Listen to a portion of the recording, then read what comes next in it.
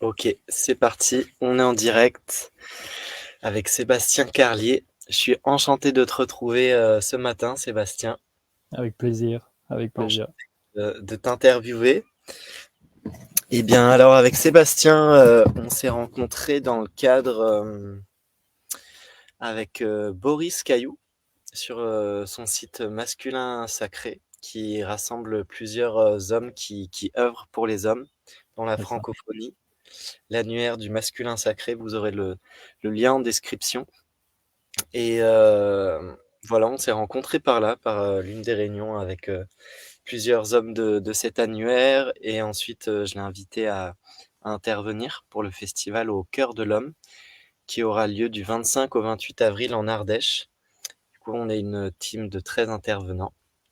Et du coup, c'est avec joie qu'il interviendra. Il va nous faire un atelier sur la paternité, la Mm. place et le rôle de l'homme, qui est un des grands qui sera un des grands sujets de cette interview. Et aussi un partage sur le couple, il me semble. Également, ouais, c'est ça. Ouais, voilà. Du coup, c'est un sujet tout à fait d'actualité, très important et qui nous touche tous, un sujet universel, même la place et le rôle de père symbolique aussi, pas seulement biologique. Et Mm. du coup, c'est ce qui va nous partager un petit peu plus. Sébastien, est-ce que tu pourrais te présenter en quelques mots pour tous ceux qui nous écoutent? Alors, en quelques mots, comment je me définis là? Je suis dans l'année de mes 50 ans. On va commencer par rapport à ma présence en ce monde. Je suis le père de 5 enfants, dont un dans les étoiles. Je suis en chemin avec ma femme Amélie depuis plus de 25 ans. Et après, j'ai un parcours, on va dire, assez scientifique à la base par rapport à mes études, travailler dans l'industrie et puis les services. Et puis après, il y a mon chemin qui a fait que j'ai côtoyé d'autres choses. Pendant 5 ans, j'ai œuvré dans une école démocratique qu'on a co-créée. Je travaillais dans les plateformes de réussite éducative, dans des zones d'éducation prioritaire. Et puis, Waouh. ça fait une dizaine d'années, en fait. Donc, j'accompagne les êtres sur un chemin voilà, de mieux-être et puis de faciliter les liens aussi. Je crois que je suis un homme de lien. Ça, c'est quelque chose qui me parle beaucoup et un homme qui aime à faire cheminer vers la paix et la réconciliation. Mmh, Ouais. C'est ça que je bravo. dirais là tout de suite en quelques mots. Génial. Merci beaucoup. Tu animes des cercles d'hommes, il me semble. Est-ce que tu veux en parler Ouais, plus des stages que tu animes, des cercles d'hommes, tout ça? ouais ben, l'idée, c'est qu'effectivement, dans les accompagnements que je fais, j'accorde une place qui est de plus en plus importante à ouvrir les espaces afin que des hommes puissent se déposer. J'aime bien faire ce chemin, en fait, enfin ce mouvement, pardon, de l'intérieur vers l'extérieur, en fait. Je crois que les hommes sont prompts à faire plein de choses vers l'extérieur, mais pas forcément vers le chemin vers l'intérieur, en fait, vers leur intimité, et donc ça me touche. Et donc il y a plusieurs formules que je propose, on va dire. Donc il y a des stages sur plusieurs jours, ici, sur place, en Ardèche, parce que je n'ai pas dit, mais donc, j'habite en Ardèche du Nord, et où on va traverser un peu tous les rôles qu'on est à même de jouer dans la société. Donc celui du père, celui du couple, de l'amant, là où on met notre énergie, le lien qu'on a plus grand que nous à la nature. Et donc l'idée, c'est de proposer aussi des choses pratico-pratiques pour mettre en œuvre dans notre vie de tous les jours, et que les choses voilà, puissent servir aux hommes. Et pareil pour exprimer leurs émotions, pour les faciliter, pour goûter en fait commencer aussi d'être en paix, de pouvoir exprimer sa colère d'une manière qui est acceptable pour soi, pour les autres. Enfin voilà, il y a une grande diversité qui est proposée, quoi. Et puis après, les cercles d'hommes, bah oui, c'est des espaces en fait de parole qui permettent aux hommes de se déposer et puis d'avoir des effets de miroir, de se sentir moins seul, de démystifier, je crois, le fait de pouvoir. Puis des fois, quand c'est trop dur de se retrouver dans un cabinet en individuel, en face à face, bah, je les emmène avec, en nature, en fait. On part en forêt, et puis Et puis le fait de marcher délie les choses aussi. Donc voilà, il y a plein de chemins qui sont proposés. Voilà. Ouais, génial. Merci beaucoup. Est-ce que tu pourrais nous dire un petit peu, comme c'est un peu le thème de la paternité, on va commencer par ça. Quel est un peu l'archétype du père pour toi, ou quelle est la symbolique du père Mm. dans sa globalité, son universalité? Ok. Moi, la manière dont je le vois aujourd'hui, pour rester aussi un peu dans ce qui est défini, mais de ce que j'ai expérimenté, il y a quelque chose de soutenant, en fait, pour moi. Il y a une notion de pilier, il y a une notion de protecteur, il y a une notion de confiance aussi, quelque chose qui permet d'avoir une sorte d'enveloppe sécure pour pouvoir se développer en sécurité. C'est ces choses-là, moi, qui me parlent. L'idée, c'est que c'est quelqu'un aussi quelqu'un qui donne la main, mais qui montre pas forcément la direction à suivre. C'est-à-dire, je crois qu'il est là aussi quand tu as une direction qui est choisie et sans jugement, quoi. Voilà. Mmh. En ayant un regard protecteur, mais sans se dire oui, je sais ce qu'est la vie et je sais où tu dois aller.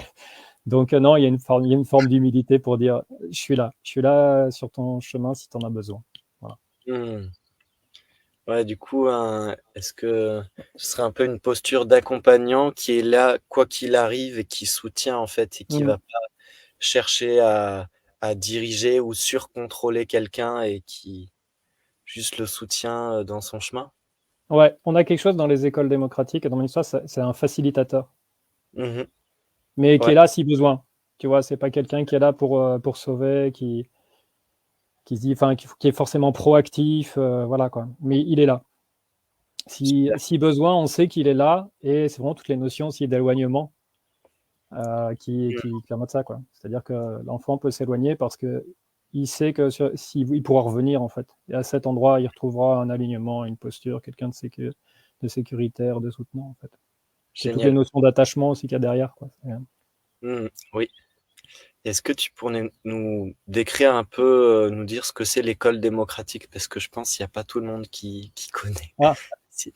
une école démocratique. En fait, l'idée d'une école démocratique, c'est un peu une alternative dans l'idée à l'école, à ce qui est connu. Il y a deux grands principes. Donc c'est quelque chose qui est né en fait il y a plusieurs décennies. Il y a, il y a il y a aux États-Unis, puis enfin en Angleterre avant, Libres enfants de Summerhill, et puis et donc c'est un concept qui est arrivé il y a peut-être une dizaine d'années en France maintenant à peu près. Et il y a deux principes, c'est qu'un un enfant apprend avec qui il veut, comme il veut et quand il veut. Bon, tout ça dans un cadre, dans l'idée, en respectant, on va dire, le socle commun de compétences, de connaissances et de culture, qui est une sorte d'obligation. Mais l'idée, c'est que l'enfant est libre de ses apprentissages. Et il y a aussi un membre, une voix, c'est-à-dire que c'est un collectif, cette école, où un enfant de 10 ans, dans l'idée, n'a pas moins de pouvoir que moi où je suis en fait dans l'école. Donc il y a vraiment une structure qui est mise en place pour vivre une démocratie active et participative. Et donc les règles du bien vivre ensemble sont décidées ensemble. Et puis à côté, il y a une forme d'organe entre guillemets dit de justice, quand il y a quelqu'un qui vit quelque chose avec une règle à laquelle on a dérogé et quelqu'un s'est senti blessé, humilié, touché, il y a une structure qui prend en charge ça pour tout de suite remettre du lien entre les protagonistes, entre celui entre guillemets qui se sent victime et celui qui a opéré ou qui a eu un comportement qui n'était pas adéquat par rapport à ce qu'on avait défini par rapport au collectif. Et on va mettre de la médiation à cet endroit-là pour trouver des solutions, pour voir des deux côtés ce qu'on peut faire, éventuellement avec un acte réparateur. Et de l'autre côté, pour la personne qui a dérogé à la règle, de dire mais qu'est-ce qui fait que voilà, t'en es arrivé là, quoi. Donc éventuellement une prise en charge émotionnelle, une prise en charge de pourquoi tu n'aimes pas cette règle, pourquoi tu n'es pas venu le dire. Donc voilà, il y a vraiment un environnement où on décide des règles de vivre ensemble, quoi. Mmh. Donc voilà, pour moi on apprend la vie vraiment en fait, ensemble. Super, excellent. Voilà. Et on a eu jusqu'à 48 enfants de 3 ans à 18 ans dans nos structures. Donc ça fait des interactions. Où? Où elle se situe? Ouais. Elle se situe dans l'Oise, en fait, du côté de OK. Compiègne, en fait, en Ah haut. non, Voilà, OK. puisque moi, Avant je que suis tu arrives originaire en de là. Ardèche. Voilà, c'est ça. OK, Je suis un super. expatrié en Ardèche. OK. Et il y a combien d'écoles démocratiques en France? Alors aujourd'hui, je ne saurais plus trop te dire parce que je suis sorti un peu de cet environnement, on va dire. Mais Mmh. il y en avait qu'à une quarantaine, je crois, quand on a quitté. Mais c'est complexe, en fait. Bon, voilà, c'est presque un thème à part entière, quoi, les écoles démocratiques. Mais c'est pas forcément quelque chose qui est. C'est difficile parce que c'est vraiment un changement de paradigme. Ouais. Et donc, dans une dynamique systémique globale, on va dire, c'est difficile d'accueillir des fois un changement de paradigme qui est vraiment fort. C'est-à-dire qu'un membre, une voix, dire que l'enfant apprend comme il veut quand il veut, Oui. c'est un peu l'instruction en famille, mais dans une structure commune, quoi. Ouais. Voilà. Ben, peut-être que c'est on va dire une direction à suivre, mais qu'il y a plusieurs étapes à ça et que en tant qu'humain dans notre société actuelle, avec le conditionnement sociétal Mm. global, éducatif et pédagogique, on a plusieurs étapes pour arriver à ça et que tous les parents et tous les enfants ne sont pas prêts à ça encore, peut-être. Ouais. Ouais, c'est ça. Puis c'est pas forcément. Enfin, dans l'idée, c'est que ça s'inscrit dans un paysage. L'idée, c'est pas que ça devienne, tu vois, la règle absolue. Il faut plus que ça. Tout à fait. Mais c'est vraiment d'offrir, en fait, dans ce paysage d'éducation, une diversité qui permet à chaque enfant de trouver sa place, quoi, là où il peut s'épanouir. Mhm. Et donc, bah, Super. cette proposition en fait partie, quoi. Mhm. Ça roule. Top. Merci. Je t'en prie. Est-ce que tu veux, en fait, la question de la paternité, elle commence quand même un petit peu avec ton père. Ouais. Et du coup, c'est un peu, est-ce que tu pourrais nous partager ta relation avec ton père, tes souvenirs en tant qu'enfant? Qu'est-ce Mhm. qui t'inspirait? Qu'est-ce qui véhiculait pour toi? Et est-ce que ça t'a donné envie d'être père ou ça vient par un autre chemin? Ok. Eh ben, écoute, je dirais même que enfin, c'est même au-delà du père, parce que moi, j'ai baigné dans un environnement où j'étais beaucoup avec mes grands-parents paternels aussi. Donc, Ok. j'avais des figures en fait paternelles différentes entre mon grand-père et mon père. Euh, les souvenirs que j'en ai, parce que des fois, ça semble un peu lointain, mais euh, je crois que je me souviens d'un père qui était assez présent, on va dire, physiquement, qui s'occupait aussi voilà, de prendre soin. Ça nous amenait au cinéma, on allait à la mer avec ma grand-mère et autres. Et donc ça, c'est les souvenirs que j'en ai, avec un papa qui prenait part, en fait, je crois, aussi. Tu as les grands débats, tu sais, au niveau du couple, on en parlait tout à l'heure, sur les tâches et tout ça, la logistique à la maison et autres. Moi, j'ai baigné dans un environnement où enfin, mon père contribuait. Donc pour moi, c'était une évidence, quoi, ça. Ça faisait partie du modèle du couple et de la famille où l'homme contribue aux tâches ménagères, à la nourriture, enfin, au repas, aux courses et tous ces trucs-là. Moi, j'étais déjà dans cet environnement. J'étais dans un environnement, je crois, que non violent aussi, Mhm. dans l'idée. Il n'y avait pas de châtiment corporel ou ce genre de choses. Il n'y avait pas de. Je me souviens pas avoir eu de punition non plus à proprement dit. Euh, et à contrario de ça, des fois, bah voilà, il y avait un peu un manque, je pense, pour moi de sentiment d'exister, je dirais, peut-être. C'est quelque chose qui est peut-être indicible des fois, tu sais, parce que c'est des ressentis que tu as, mais présent, mais quand même un manque en fait. Il y a quand même un manque de présence d'une certaine manière en fait, une Mhm. certaine posture. Et puis des fois de dire des choses, c'était pas simple de dire des choses positives, je crois. C'était toujours au second degré. Il y avait quelque chose de cet ordre-là, quoi. Et Chose ouais, voilà. positive, c'est-à-dire des compliments, Des des fois, les compliments, tu vois, des choses qui disent, bah ouais, tiens, waouh, ça, t'as réussi tu ça. peux être fier de toi, quoi, ouais. C'est pas forcément, même tu peux être fier de toi, quoi, tu vois. Ou même Hmm, des choses d'accord. ou même des choses, enfin, sur la sexualité, même parce que j'allais dire, toujours pareil, j'ai l'impression d'être. Euh, il n'y avait pas forcément, enfin, Internet n'était pas super développé, tout ce qui s'ensuit, tu n'avais pas accès à une information, tu vois, il y a, il y a 40 ans ou il y a 35 ans. Donc, Mhm. des fois, je crois que j'aurais eu besoin, en fait, quand même, ouais, de pouvoir aborder, je le vois avec mes garçons, quoi, d'aborder simplement des thèmes, tu vois, même si c'est la sexualité, de pouvoir aborder des thèmes simplement, quoi. Mmh. Ça, Ouais. c'est un besoin que j'aurais eu, quoi. Après, c'est toujours pareil, hein, je sais que voilà, chacun fait comme il pouvait et autres. Mais j'avais ces choses-là, quoi, qui sont là. Et après, est-ce que ça m'a donné envie d'être père? Non, je crois que non, c'est pas ça. En fait, c'est pas le lien que j'avais à cet endroit-là ou à ce moment-là qui m'a donné foncièrement envie d'être père, quoi. Je crois pas. Mmh. Je crois pas. OK. Ouais.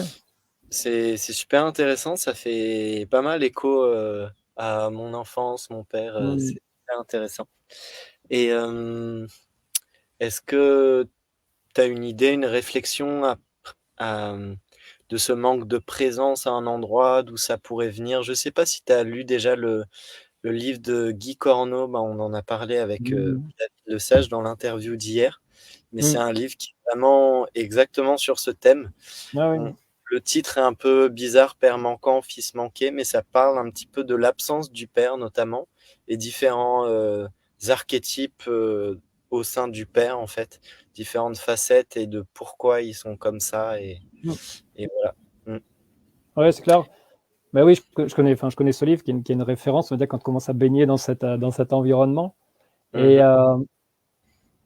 je crois qu'il y avait quelque chose, ouais, c'est du masculin peut-être. Tu vois, il y a quelque chose, mon père, voilà, avec facilité quand même, avec quelque chose de une présence yin forte, mais pas une présence yang Mmh. très OK, présente. C'est comme ça que je le vois aujourd'hui, quoi. C'est comme ça que je le vois aujourd'hui. Après, OK, intéressant. je suis en paix avec ça, quoi. Mais de mon regard d'adulte sur l'histoire d'enfant ou d'adolescent, c'est ça que je mettrais. Et oui, je me vois, enfin, ouais, en train de crier, j'existe, quoi. Tu vois, c'est ça, quoi. Donc, Mmh. alors qu'il est présent et ouais, devoir crier, j'existe, quoi. Avec une sorte de besoin de reconnaissance qui m'appartenait à ce moment-là, quoi. Mmh. OK Mm. et parce que tu avais des frères, des sœurs ou? J'ai une sœur, en fait, qui a 4 ans de moins que moi. Mm. OK, vous étiez 2, ça Ah ouais. marche. Mais le sentiment qui s'intéressait plus finalement à mes copines ou tu vois aux gens qui étaient là qu'à moi quoi dans l'idée quoi. Ouais ouais c'était quelque chose. Puis c'était surprenant parce que je crois que de souvenir en fait, je suis arrivé plus tôt que prévu. Il était en déplacement et tout ça. Et même à mon arrivée en fait en ce monde, j'allais dire, j'étais avec ma mère et ma grand-mère paternelle quoi. Et donc voilà quoi. Mmh.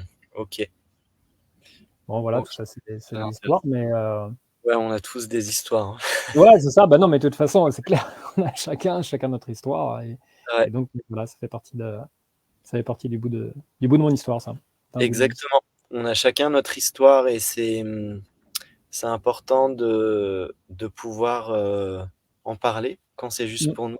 Parce que ça va vraiment toucher, à des endroits où on peut se reconnaître ou voir des aspects différents de l'humanité, dans d'autres humains, en fait et Mmh. déjà merci, en fait, pour, déjà avoir accueilli et accepté cette interview et aussi te livrer vraiment dans cette Ouais, vulnérabilité et mmh. authentique et respectueuse pour toi. Et je crois que quand on est pacifié avec, enfin, le chemin, on en parlera tout à l'heure, quoi, mais quand on est pacifié avec, il y a plus grand chose qui fait peur, en fait, de le confier, quoi. Puisque Ouais, bon, tout à fait. voilà, on peut l'exposer et c'est OK. Ouais, super et du coup, là, on passe à une autre étape, c'est un peu, comment tu en es venu à devenir père? Est-ce que, alors tu as 4 enfants de ce monde, Ouais, 5, c'est ça. voilà, Ouais, 5 au ouais, total, OK. 4 enfants de ce monde. Est-ce que bon, peut-être, commence par le premier. Est-ce que c'était un enfant désiré? Ouais. Voilà, commence par là. OK, ouais, ça marche, ouais, c'est sûr. Heu Alors désirer, je suis pas très chaud, tu sais, avec ce mot, même si c'est, voilà, il y a Attendu, on va dire, est-ce qu'il était ouais attendu? ou prévu quoi, tu vois? La notion de quelque chose que tu as programmé, on va dire et que enfin programmer le terme, tu vois? Le terme, mais le fait que tu l'aies prévu et que tu es allé dans une démarche proactive, consciente et autres. Donc ouais, les 2 premiers, enfin du moins le premier on va dire, mais les 2 premiers, le premier était prévu et quand je dis prévu, je m'entends dire: «Est-ce que j'étais prêt?» Je crois pas, tu vois? Mais lui, il était lui, il était prévu. Amélie, je crois que c'est donc Amélie, ma femme, c'est une des premières choses qu'elle m'a posées, je crois, comme question quand on s'est rencontrés. Elle m'a demandé: «Est-ce que tu veux des enfants?» Donc elle était au taquet et ouais, on s'est rencontrés en 98 et Adam est arrivé en juin 2002, quoi. Tu vois? Donc 3 ans après, bon, voilà, quoi, on avait démarré la conception et la rencontre et tout. Et moi, je crois que j'étais pas prêt, je crois. Ouais, je crois que j'étais vraiment pas prêt. Sûrement perdu, avec tout un. J'avais pas bossé. Quand je dis bosser, j'avais pas fait de chemin, tu vois, intérieur. J'avais, j'avais pas fait d'introspection. J'étais dans d'autres choses. J'étais dans des choses très caricaturales de l'homme, tu sais, qui va travailler, qui a son boulot, qui doit ramener de l'argent. En fait, avec des postures et des rôles qui étaient assez définis pour moi, quoi, très caricaturaux, mais et puis paumé, quoi. Paumé sur le fait de se dire, mais ok, ça marche, père, mais ça marche comment, père? Et, et puis tu as cette vie, en fait, qui se manifeste à l'intérieur de ta femme, qui est en mouvement, qui grandit, et me sentir vraiment à l'extérieur, quoi. Le fait de se dire, c'est où ma place? Mmh. C'est quoi ma place dans cette histoire? Je dois me situer où, comment? Euh, et ouais, je crois que j'étais vraiment, vraiment perdu. J'étais perdu et paumé un peu, et je savais pas où était ma place là-dedans, quoi. Après, j'ai pas eu de rejet, tu vois, de cet enfant et tout ce qui s'ensuit, mais même quand il est arrivé, comment je me situe, quoi. Comment je prends part, en fait, à sa aventure maintenant qu'il est à l'extérieur. Déjà, il y avait une conception, de se dire qu'on va avoir un enfant, c'est une chose, enfin, qu'on va accueillir un enfant, mais ça reste très, très intellectuel, quoi. Tu vois, c'est pas palpable. Je faisais pas d'autonomie à ce moment-là, je faisais pas, voilà, c'est différent. Donc, ouais, j'étais très extérieur à ça. Et la Mmh. conscience que, ah bah oui, ça y est, je suis père, je crois que je l'ai eu quand il est arrivé, quoi. Tu vois, quand Amélie a touché et que, bon, voilà, quoi. Ah bah oui, c'est, voilà. Ah, Donc, ah, c'est vrai, du coup, waouh! une sorte de, voilà, ça prenait part dans la matière et me voilà père un peu plus défini, quoi. Mmh. Donc après, bah, j'ai appris avec le temps, quoi. Mais c'était complexe de trouver ma place, je crois, ouais. C'est intéressant ça parce que c'est un vrai sujet, un petit peu la place du père et aussi la place du père dans la grossesse. Mm. Est-ce que je me disais pendant que tu parlais en résonance avec ça, en fait, les femmes, bah, elles ont les hormones et quelque part, elles n'ont pas à se poser la question, c'est quoi ma place de mère? Elles le vivent cellulairement, tu vois, elles ont Mm. tout leur corps qui est impliqué là-dedans. Et nous, c'est peut-être quelque chose de... C'est une autre place où on n'a pas, je veux dire, on n'a pas les hormones naissance et Mm. tout. En tant que père, il y a Bah, des choses qui se si, ça jouent. bouge justement, apparemment. J'ai relu il y a quelques temps alors je sais pas si pour tous les hommes, mais pour de nombreux hommes, en fait, ça bouge hormonalement. Ok. C'est-à-dire que le fait de côtoyer, en fait, ta compagne qui est enceinte, il y a quelque chose de l'ordre du subtil encore qu'on maîtrise pas, mais qui se produit en nous. Et il y a des Mm, bouleversements hormonaux qui, dans l'idée, sont là pour faciliter le lien avec l'enfant, le lien aussi avec plus de douceur. Il y a une baisse de la testostérone. Il y a vraiment ah, quelque chose qui se met en phase. Ouais, il y a vraiment quelque chose qui se met en phase avec la femme qui est enceinte à tes côtés. Et le fait de la côtoyer, d'être présent, d'être en lien, d'être dans la compassion, voilà, d'être dans l'attention, en fait, modifie aussi intérieurement nos hormones. Donc, mm. il y a quelque chose de cet ordre. Je ne l'ai pas bien perçu la première fois. J'ai dû être assez à l'écoute de ça la première fois. Mais donc, ouais, si, il y a vraiment ça qui se passe aussi, apparemment, quoi. Voilà. Très intéressant, merci. Ben, en tout cas, peut-être que dans ces phases de sa grossesse où elle est pleine d'ocytocine, un peu avant l'accouchement, là, forcément, Mm. tu le sens plein pot, j'imagine. En tout cas, tu peux le sentir. Ouais. C'est quelque chose d'assez fort. Et peut-être que pour l'homme, le père, c'est quelque chose de plus subtil, peut-être. J'ai entendu pas mal de témoignages de parents qui vivaient beaucoup de remonter les blessures de leur enfance, des Mmh. dossiers qui étaient pas réglés, des choses comme ça. Du coup, c'est un peu un creuset alchimique, cette grossesse, cette préparation Mmh. à la naissance et il y a des choses qui se passent pour l'homme, plus subtiles. Je pense que ça joue plein de choses sur sa masculinité, de passer de homme à père et à homme et père, en fait, Mmh. c'est un nouvel état et une nouvelle étape. Et est-ce que, voilà, qu'est-ce que ça t'a fait de passer de homme à homme et père? Ouais, ouais, bah, il y a plein de choses dans ce que tu as dit. Je crois que, ben, enfin, même si c'est une évidence, mais ouais, la femme, la vie de l'intérieur, quoi. C'est-à-dire que la vie est en elle, il y a pas vraiment d'échappatoire, quoi. Elle peut effectivement, aller dans le mental et puis, voilà, s'y cantonner, autant que faire se peut, mais dans le corps, voilà, on peut pas y échapper, on peut pas le nier dans l'idée et Mmh. pour moi, il y a quand même la phase dont j'ai pas parlé aussi, c'est, celle de l'accouchement avec une notion un peu d'impuissance, quoi. Tu te dis, tu as ta chérie qui est là. Amélie, elle a choisi de faire ses 5 accouchements, sans péridurale. Donc, voilà, c'est son choix. Mais bon, tu es là, tu vois que voilà, c'est un passage, difficile, il y a de la souffrance et il faut de l'énergie, et puis, bah, toi, enfin, moi, en tout cas, à ce moment-là, à part donner ma main, pour la serrer et tout et être présent, tu vois, tu peux pas faire grand-chose, en fait, quoi. Donc, je me souviens avoir touché quand même un peu une notion un peu de présence, mais aussi d'impuissance par rapport à cette traversée, en fait, à ce qu'elle était en train de vivre. Et puis, comme tu le disais tout à l'heure, je crois qu'il y a ça aussi qui se passe quand même pendant la grossesse et autres, c'est que on est obligé presque quand même de faire une sorte de voyage intérieur parce que ça va nous ramener à notre enfance. Ça va nous ramener à nos lignées, ça va nous ramener à notre histoire et puis, ben, pareil, pour la chérie qui est enceinte, donc avec une intensité émotionnelle forcément qui est Mmh. palpable avec les changements hormonaux et autres. Donc ça Mmh. peut être aussi un peu c'est très, très intense en fait, comme tu disais, c'est très intense émotionnellement.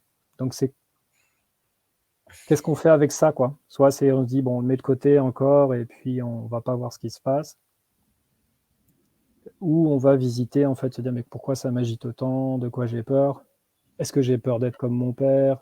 Est-ce que j'ai peur de pas être comme mon père?» Il y a toutes les notions de fidélité, de loyauté qui reviennent, de rébellion qui dit: «Mais jamais je serai comme lui». Mmh. Il y a les notions de principe aussi et de croyance. Je dis beaucoup cette phrase. Tu sais, il y a des gens qui disent: «Ouais, moi, quand j'aurai des enfants, je ferai ci, je ferai ça, ou je ferai comme ci, je ferai comme ça. Moi, je les laisserai pas faire, comme vous, c'est pas comme ça qu'il faut les éduquer». Et puis beaucoup, j'aime bien dire aux gens: «Oui, avant j'avais des principes, aujourd'hui j'ai des enfants». Donc, Ex entre l'idée que tu en as, en fait, et le chemin après que tu fais dans l'expérience, ça, c'est quelque chose qui est, pour moi, qui est assez impressionnant et je vois des gens qui, voilà, qui se disent: «Ah oui, mais moi je sais». OK, ça marche, très bien. Ou les gens qui ont des fois jugé et critiqué notre éducation et qui se sont dit: «Mais n'importe quoi, ou ça devrait pas être comme ça, ou tu devrais faire comme ci». OK. Et puis après, ils ont eu des enfants. Bon, bah, voilà quoi, c'est OK après. Donc ouais, il y a quand même un switch là, entre l'idée que tu en as, ce que j'appelle les principes, et puis après, ben, le fait, que tes enfants soient là et que le chemin que tu as à faire avec eux, dans ces notions de miroir, dans ces notions d'intériorité et de ta propre histoire qu'ils te renvoient. Mmh mh. Donc, ouais, le fait de devenir père, il y a une notion aussi de responsabilité quand même, quoi qu'il en soit, parce que le petit homme, on a beau faire dans la nature, il est pas autonome, quoi. Donc, d'une certaine manière, c'est un être qui arrive au monde et qui, s'il est tout seul, ben voilà, il meurt, quoi. Donc effectivement, il a sa mère qui est là, il y a tout un tas de choses, mais on s'en investi quand même aussi d'une forme de responsabilité pour l'accompagner sur son chemin, quoi. Tu vois, quand je parlais d'accompagnateur, de facilitateur, c'est comment on l'amène à son autonomie, quoi. Il y a cette notion-là aussi pour moi dans la paternité. Ça, entre guillemets, ça peut paraître des fois un petit peu ingrat pour certains, c'est-à-dire je vais tout faire pour qu'il puisse partir sereinement, quoi. Mais tu vois, avec cette notion d'attachement, de dire: «Oui, mais ça veut dire que s'il s'en va, j'aurai plus le lien», ou comment, bon, voilà. Mais je vais tout faire pour qu'il soit autonome et qu'il soit serein de partir. Et en même temps, bon, voilà, si le lien s'est tissé, bah, enfin, il reviendra parce qu'il a envie de continuer à nourrir ce lien, qui a nourri son enfance, quoi. ce que je vois aujourd'hui dans l'idée. Mais ouais, il y a ça aussi, je crois, dans la paternité. Et puis le fait de devenir père, bah oui, c'est ça, on change de strate, j'allais dire presque. Tu vois, dans l'arbre généalogique, on intègre un clan, on intègre un autre égrégore, quoi. Celui des pères, une autre figure, des choix à faire aussi. Et ouais, je crois que c'est d'une certaine manière, ça oblige en fait à être aussi à visiter à l'intérieur comment ça vit, quoi. Enfin, du moins, ça oblige. Ça invite. Mmh. Et la question de la responsabilité, en tout cas, j'entends, des fois des histoires, on a quand même beaucoup de couples séparés, beaucoup de Mmh. divorces ou juste de séparation de couples Mmh. et c'est quand même en tout cas de ce que j'ai vu, c'est souvent plus les femmes qui gardent, plus leurs enfants, Mmh. heu, à l'heure actuelle dans la société. En règle générale, il y a des exceptions, il y a des pères qui gardent plus leurs enfants que les femmes ou 50-50. Cette question de la responsabilité, qu'est-ce que ça t'a fait toi? Parce que je sais qu'il y a des hommes pour lesquels ça peut faire peur, la question de: «Ah mais je vais perdre ma liberté» ou «Ça va me prendre tout mon temps», et aussi l'épanouissement, peut-être professionnel ou dans la société. Qu'est-ce que ça a joué pour toi? Comment tu l'as vécu? Mmh. Bah, comme je te disais, enfin pour Adam, donc le premier qui est arrivé, j'étais dans une posture où quand même j'avais mon rôle de travailler, de ramener de l'argent, de subvenir aux besoins. Ça, c'était un rôle pour moi qui était clair. Enfin, il fallait que je le fasse, en fait. C'était presque comme si c'était inscrit, quoi, tu vois, pour moi. Après, il y a des notions de lien, je crois, quand on parle des notions, tu vois, d'attachement, de Bowlby et autres. C'est quel lien tu tisses, en fait, dès l'arrivée, même avant, parce que après j'ai pratiqué de l'autonomie et cet art du toucher pour être en lien, en fait, avec l'enfant quand il est in utero. Génial. Mais cet attachement, tu vois, que tu crées en fait dès le début, il y a ça aussi. C'est-à-dire comment tu vas dans ce lien affectif et pas dans un prendre soin affectif et pas que dans un assurer en fait un environnement, tu vois, matériel en fait. Super. Et je crois que c'est ça, si c'est tissé en fait, si on arrive à s'inscrire dans cette démarche-là, il y a quelque chose de très fort qui se tisse avec l'enfant dès le début. Alors bien sûr qu'il y a des choses qu'on ne pourra jamais faire, qu'on ne pourra pas allaiter ou voilà, quoi. Mais on peut être une présence, selon moi, tout aussi sécure à un moment donné pour l'enfant qui est présent. Je crois que là, il y a un vrai enjeu aussi. Et puis, bah, naturellement, bah, c'est sûr que enfin, on va dire dans l'histoire, sociétalement, c'était les femmes qui étaient plus présentes avec l'enfant. Et donc, ce lien, il a été tissé de manière beaucoup plus forte, quoi. L'homme qui était à l'extérieur, Mmh. bon, voilà, l'idée, c'est pas de juger quoi que ce soit mais Mmh. à l'extérieur, c'est difficile de tisser un lien, de rentrer en fait aussi à la maison peut-être tardivement, de se dire qu'on a une posture en fait euh, de patriarche, tu vois, l'autorité par exemple, incarner Mmh. ces histoires d'autorité parce que ça on doit poser la loi. Et bon, voilà, on pourra en revenir là-dessus, mais c'est pareil, quel lien tu tisses en fait, comment tu poses une autorité juste. Moi, je crois que Mmh. j'avais ça aussi d'ailleurs à un moment donné. J'étais un peu perdu en fait quand Adam a commencé à grandir et autres. Elle est où ma place entre l'autoritarisme, ce que j'appelle, quelque chose de assez coercitif, et puis voilà, quoi, avec une certaine forme de violence, ce qu'on appelle les violences éducatives ordinaires.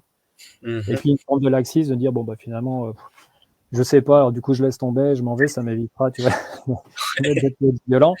Et c'est comment je trouve là vraiment cette histoire de la voie du milieu, quoi, pour pouvoir me positionner d'une manière sécuritaire et juste, et tout en respectant mes besoins et ceux de mon enfant, en fait.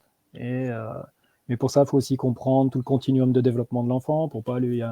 C'est comme si tu imposais quelque chose à cet enfant qui n'est pas capable de le faire, quoi. Tu vois, quand il a 2 ans, qu'est-ce qu'il peut faire, qu'est-ce qu'il peut pas faire. Et est-ce que je suis en train de lui demander quelque chose qu'il peut pas faire, mais je l'exige en fait. J'exige qu'il fasse un truc qu'il peut pas faire. Bon, Mmh. Très s'il avait, intéressant. s'il avait pas, tu vois, si admettons, s'il avait pas ses bras, et ben, je lui demanderais pas de ramasser quelque chose au sol parce que voilà, ça me semblerait totalement stupide parce que physiquement je le vois. Si c'est de l'ordre du cognitif, du neuro, ça se voit pas. Mais si je le connais pas, ben, je vais exiger des trucs et l'enfant peut pas le faire. Et je vais m'énerver parce qu'il veut pas, parce que je vais croire qu'il est provocateur ou tout un truc. Donc, il y a ça aussi, je crois, dans l'apprentissage, où j'étais perdu, c'est que je connaissais rien, en fait. Le Mhm. continuum de développement d'un enfant, ça me parlait pas du tout. Donc des fois, tu te positionnes à des endroits et après tu dis ah ouais, mais oui, si j'avais su, j'aurais pas exigé quelque chose de quelqu'un qui, dans Mhm. l'idée, n'est pas capable de le faire. Très intéressant.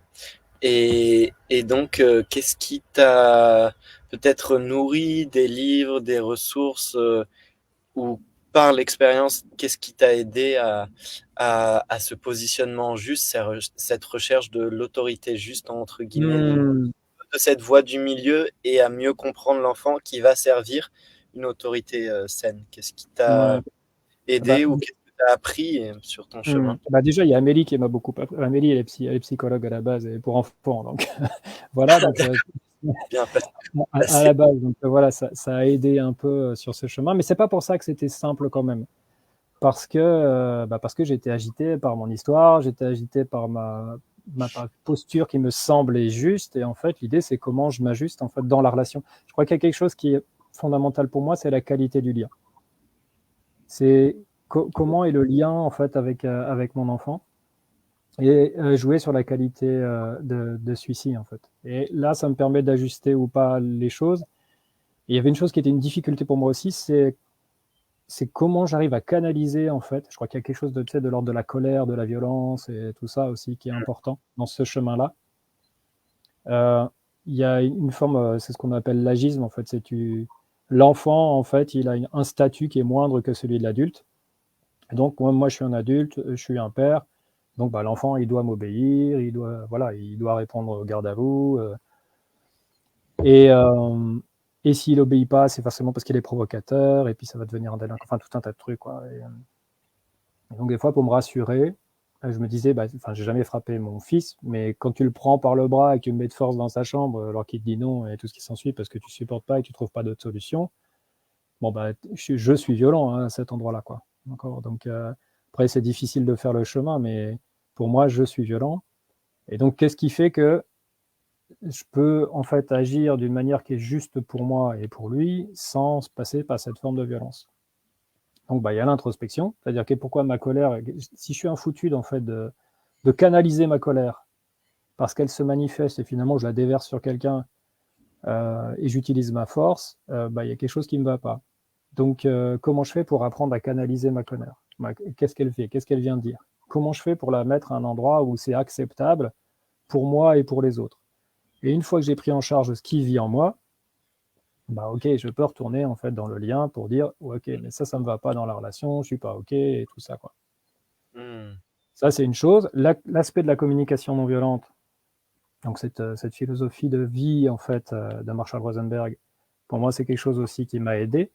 Donc pas pour devenir une girafe scolaire comme disent certains en prononçant les mots, les phrases comme si c'était une forme d'orthodoxie voilà cognitive, mais vraiment pour les ressentir au plus profond de moi quoi. Hmm. Et ça s'expérimente, quoi.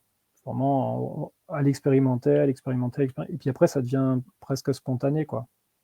Ça devient une forme d'expression. Il ne faut pas en faire une ascèse et se flageller si on ne réussit pas, mais de dire j'ai l'intention de m'inscrire dans ce mode de communication de cœur à cœur avec mon enfant, bon, bah j'y vais, quoi. Et je fais de mon mieux, et si ça ne va pas, ben, je ne dis pas juste je suis désolé, je vais voir pourquoi ça va pas marcher, quoi, si j'ai toujours cette intention d'aller dans cette voie. Donc ça m'a aidé aussi. Bon, moi, il y a un truc que je souhaite à personne. Hein. C'est sûr que sur mon chemin, ce qui m'a vraiment fait beaucoup, beaucoup bouger, c'est le décès de mon fils, donc le troisième, Anton, en 2008. Et là, ça a créé une sorte de cataclysme dans ma vie, en fait, et ça a fait switcher des choses. Et il y a toutes mes croyances, en fait, tous les principes et toute l'histoire, tout ça, ça a volé en éclats. Et le fait de prendre soin aussi de ma tristesse, de ce qui vivait en moi, j'ai pu côtoyer beaucoup d'outils, beaucoup de personnes qui m'ont enseigné en fait des pratiques. Euh, j'ai beaucoup pacifié de choses en moi, j'ai beaucoup guéri de choses en moi. Et ça, en fait, ça m'a aidé aussi du coup à m'inscrire d'une manière différente avec mes enfants. Parce que j'avais fait une sorte de nettoyage émotionnel et de mon histoire qui fait que ben, j'étais beaucoup plus conscient, libre et pacifié. Du coup, ça me permettait de m'inscrire autrement avec ceux qui étaient là et ceux qui arrivaient, quoi. Donc voilà. Parce qu'après, donc, quand tu te posais la question en préambule, donc Ambre, qui est la deuxième, est arrivée aussi de manière prévue, entre guillemets. Anton est arrivé sous stérilet. Bon, il est reparti 8 jours après, on va dire. Ensuite, il y a Orion qui lui est arrivé avec un moyen de contraception qui n'a pas bien fonctionné. Et Elio, le petit dernier, lui, il est arrivé sous stérilet. Donc après, chacun il verra ce qu'il veut sur le truc, voilà, la vie qui envoie des enfants. Enfin bon, voilà, chacun s'inventera son histoire comme il veut. Nous, on a choisi d'accueillir ces enfants vu qu'ils se présentaient à nous. Mais voilà, et donc c'est sûr que entre Adam qui est arrivé le premier à 21 ans maintenant, et Elio qui a 10 ans aujourd'hui, le père que je suis a radicalement changé en fait, quoi, de mon expérience et de mon histoire. J'ai plus du tout la même posture et le même mode entre guillemets éducationnel, et je suis d'une certaine manière plus non plus vraiment, je suis pas empêtré en fait dans toute mon histoire comme j'ai pu l'être quand la première fois que je suis devenu père il y a 21 ans. Et ça, c'est le chemin d'une vie qui continue, mais il est clair que voilà, je me suis inscrit dans une démarche totalement différente, mais qui pour autant n'est pas laxiste, tu vois, comme pourrait paraître aux yeux de certains quand tu dis que tu fais une éducation bienveillante et tous ces trucs-là. Ça n'a strictement rien à voir pour moi. Je garde ma posture, je me respecte en tant que père, mais je respecte aussi mon enfant en tant qu'individu à part entière, quoi. Oui. Sans violence, en fait, autant que faire se peut, sans violence. Super. C'est une question, ça, de nos jours, parce que il y a beaucoup de remise en question un petit peu de l'éducation, on va dire, autoritaire, qu'on a hérité un peu de nos ancêtres, que certains de nous ont connu, ou alors plus les générations d'avant, qui étaient très forts là, où en tout cas à l'école, c'était un peu battre les enfants, tout pouvoir à l'adulte, tout ça, et c'est beaucoup remis en question à travers différents mouvements pédagogiques et au sein des foyers. Et en tout cas, j'ai vu un petit peu, voilà, cette, cette question, en fait, des fois des parents qui font un peu un enfant roi. Je sais pas Mmh. comment le Ouais, mais formuler, si, je ça, cherche, ouais. mais voilà, dans ce laxisme, qui disent, ben, j'ai pas envie, l'enfant est à l'horizontale de moi, du coup je le laisse tout faire, et c'est, voilà, c'est quoi un peu Mmh. le juste milieu? J'imagine il n'y a pas de recette idéale, mais comment t'as cheminé toi avec ça entre ces deux extrêmes, on va dire? Ouais.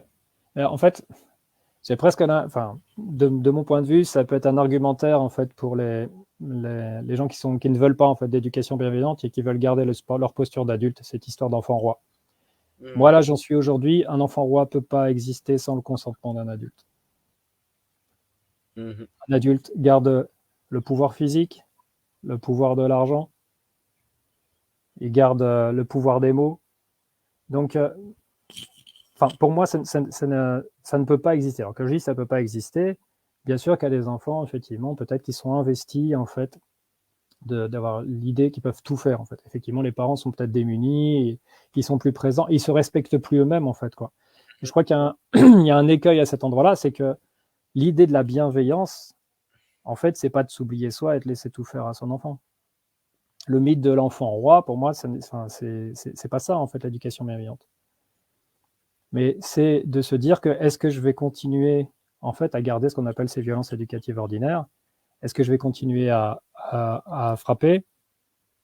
Parce que pour moi, en fait, quand tu prends quelqu'un par le poignet et tu le tires dans sa chambre parce qu'il n'est pas d'accord avec toi et tu dis bah, va réfléchir, alors ça peut être violent, mais tu fais ça avec ta femme aujourd'hui, les gens vont pas te critiquer peut-être si tu le fais avec ton gosse, mais si tu le fais avec ta femme, tu vas voir que ça va pas du tout être la même chose. Pourquoi avec un enfant ce serait différent? Qu'est-ce qui légitime en fait qu'avec un enfant on fasse ce genre de choses? Pourquoi on est à même de le rabaisser? Pourquoi on l'envoie au coin? Tu vois, est-ce que si tu parles mal à table ou je sais pas quoi, ou tu as un mot déplacé, est-ce que si ta chérie elle t'envoie au coin, tu vas dire quoi en fait? Tu vas dire bah non mais c'est quoi ce délire?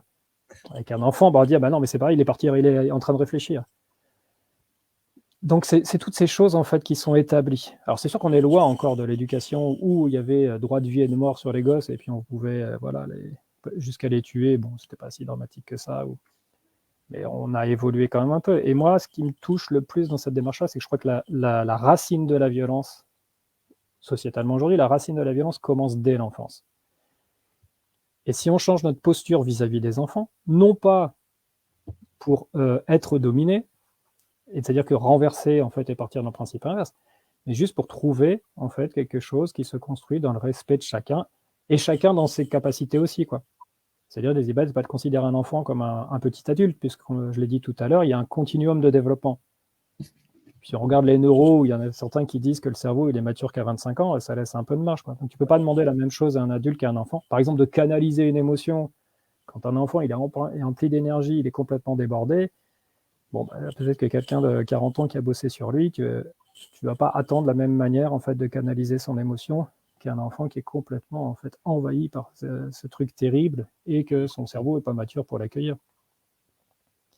Donc c'est comment on met en place des choses pour accompagner les parents, éventuellement les pères, qui accompagnent des enfants. Mais donc déjà pour qu'ils prennent soin d'eux, de leurs propres émotions, de ce qui vit en eux, avant de pouvoir être présent à leur enfant, quoi. Et ça s'apprend pour moi, en fait, quoi. Et est-ce qu'on a envie de changer de paradigme ou pas?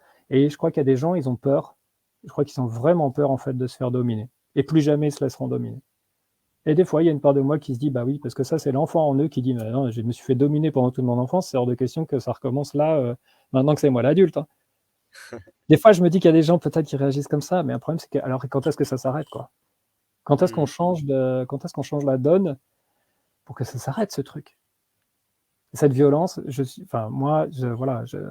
commence dès l'enfance, ça commence dès tout petit, avec plein de registres, on peut en parler pendant des heures et tout ce qui s'ensuit, mais il y a des choses, tu vois, même ce que je te disais tout à l'heure, quoi. Est-ce qu'on va tirer, en fait, quelqu'un par le bras comme ça, si ou ton voisin, tu vois, qui te parle mal, des fois c'est un tel... Non, mais, tu vois, bah ouais, on pourrait, ouais, mais bon, il y a quelque chose de l'inhibition chez nous, qui a grandi et qui a mouru et qui arrive de temps en temps à se mettre en œuvre.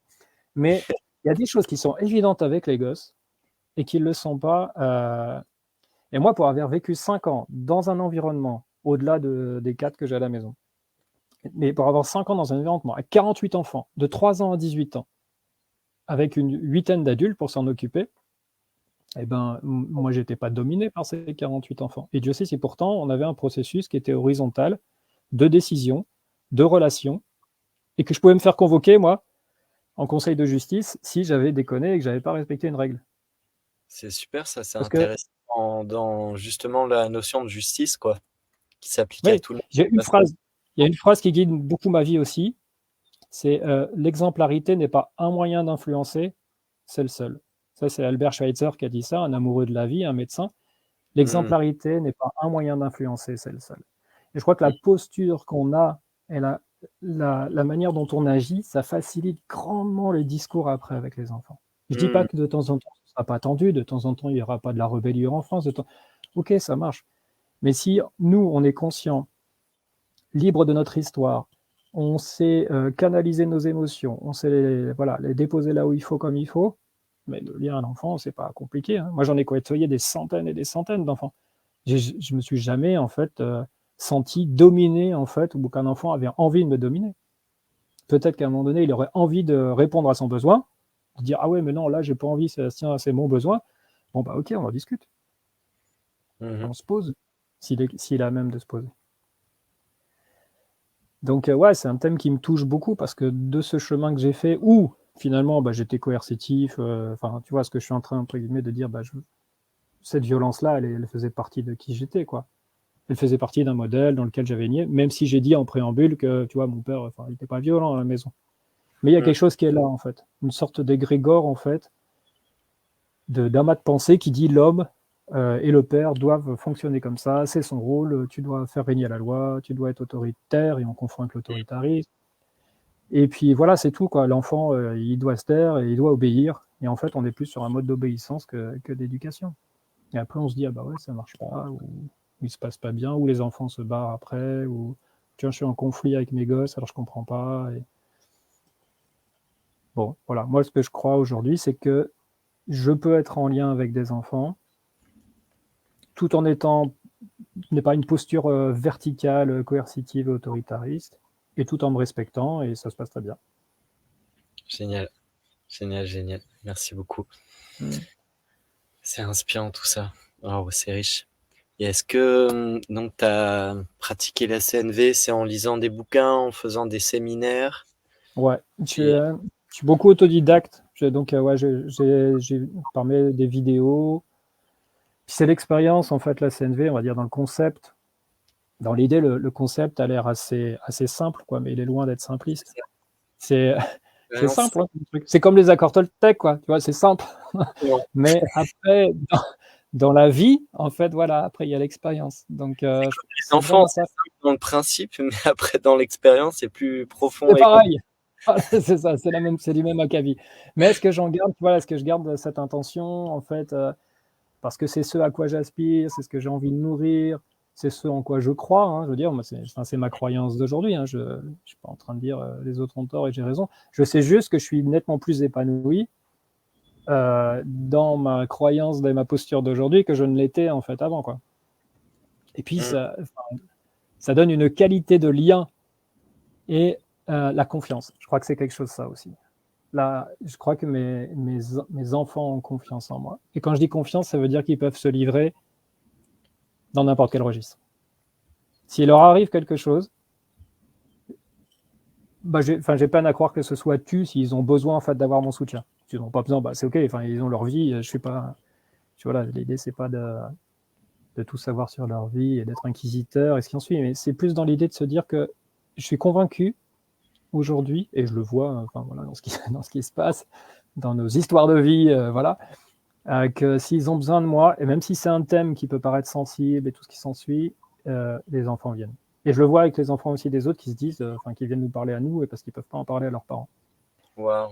Ça me touche parce que je ne dis pas que je vais être d'accord avec ce qui s'est passé, mais comme je l'ai dit en préambule, moi, la vie, c'est pas moi qui détiens les secrets de la vie, quoi, hein. Donc, Mmh. j'aurais peut-être dit de ne pas le faire, ils vont le faire quand même. Si vraiment ils sont en galère, bon voilà. Et si c'est OK pour moi, je vais être présent, quoi. Je vais pas les laisser, s'ils me sollicitent, je crois que oui, je serai présent. Après, s'ils veulent expérimenter par eux-mêmes, après, voilà. Comme je l'ai dit, l'idée, c'est pas d'être inquisiteur, mais ouais, il est arrivé des choses à mes enfants. Je sais qu'il y en a d'autres parents, enfin, d'ailleurs, d'autres parents ne l'ont pas su, en fait. Donc, c'est comment on fait à cet endroit-là, tu vois, c'est délicat aussi de se dire, attends, mais pourquoi tu ne veux pas en parler? Mais, pourquoi? Parce que derrière, il y a de la punition, tu n'auras plus le droit de sortir, je vais me faire confisquer, je ne sais quoi. Mais pour moi, le punitif n'apprend rien. C'est différent, parce que tout de suite, quand tu dis le punitif n'apprend rien, tu as des gens qui font ah, c'est vrai, tout le monde peut faire tout ce qu'il veut, on va brûler les voitures. C'est pas de dire on a défini. Non, mais parce que on a défini des règles de bien vivre ensemble, donc ça, c'est OK. Mais tu respectes pas la règle, une sanction. Comme quand on était à l'école, hein, il y a une règle, une sanction, quoi. Tu vois, On était sûr. mais c'est C'était quoi? différent de dire la punition, quoi. Pour moi, la sanction et la punition sont deux choses différentes. Ah, C'est-à-dire que en fait, c'est à partir du moment aussi, alors soit tu t'inscris dans un environnement que tu choisis dans l'idée, par exemple à l'école, admettons, ou au collège, il y a des règles, tu choisis d'aller au collège d'une certaine manière, bon, il y a des règles. Après, si tu choisis d'y aller et que tu connais toutes les règles parce que tu les as lues, bon, même si tu n'as pas participé, c'est comme ça, parce que dans cet endroit-là, tu ne décides pas, bon, tu les respectes. Si tu ne restes pas, tu sais que tu auras des sanctions, quoi. Bon, ça, c'est une sanction. Après, de se dire, j'ai fait un truc, je vais avoir une punition, je ne suis pas sûr que ça fasse réfléchir sur le pourquoi je n'ai pas respecté la règle. Dans l'école qu'on avait, il y avait ça. C'est-à-dire qu'il y avait une centaine de règles. On dit l'enfant fait ce qu'il veut, quand il veut, comme il veut, avec qui il veut, et à un moment une voix, mais c'est pas parce qu'il fait comme il veut qu'il peut tout faire, en fait. Parce qu'on a une centaine de règles du bien vivre ensemble. Et s'il ne les respecte pas, derrière, il y a une sanction. Et après, on va voir pourquoi il ne l'a pas respecté. c'est ça. Voilà, donc il y a vraiment un chemin, en fait, quand on dit démocratie participative. C'est vrai, c'est vraiment ça. Pour moi, la punition, c'est juste un truc qui tombe, tu l'as fait, c'est un peu... C'est un peu comme les « je vous salue Marie », tu vois, c'est... Bon, j'ai fait mon truc, j'ai dit que je ne ferai plus, et puis c'est tout. C'est bon, je peux partir. Ou le « désolé ». Dis-lui que tu es désolé. Ouais, je suis désolé, c'est bon. Et hop, et voilà. Excuse-toi. Ouais, pardon. Hop, hop. Non, mais attends. Mais en fait, c'est toutes ces choses qui sont D'accord. délicates. C'est souvent ça le problème, que ce soit Je veux dire à l'ordre de la société en général avec les prisons ou des amendes faites par les gendarmes, la police, ou dans l'école ou dans les foyers. En fait, on va pas traiter le pourquoi, la cause, et du coup, il y a que des punitions. C'est que le côté, on va dire, négatif, quoi. Et ça va pas réparer vraiment les choses, en fait. Il y a une sentence qui va tomber, tu vois, c'est ça. Et souvent, tu t'agis, tu pèses des fois le poids de la sentence. Ça vaut le coup ou ça vaut pas le coup, quoi. C'est Mais non, ça. mais en amont, tu vois, en amont, il y a quand même un truc, quoi. Tu vois, comme quand tu dis à quelqu'un, je suis désolé, et puis on le voyait des fois aussi, tu vois, à l'école, quand quelqu'un te dit, est-ce que tu sens en fait comment il a été touché par le truc? Est-ce que tu as envie de dire quelque chose? Ce gamin qui dit ouais, pardon.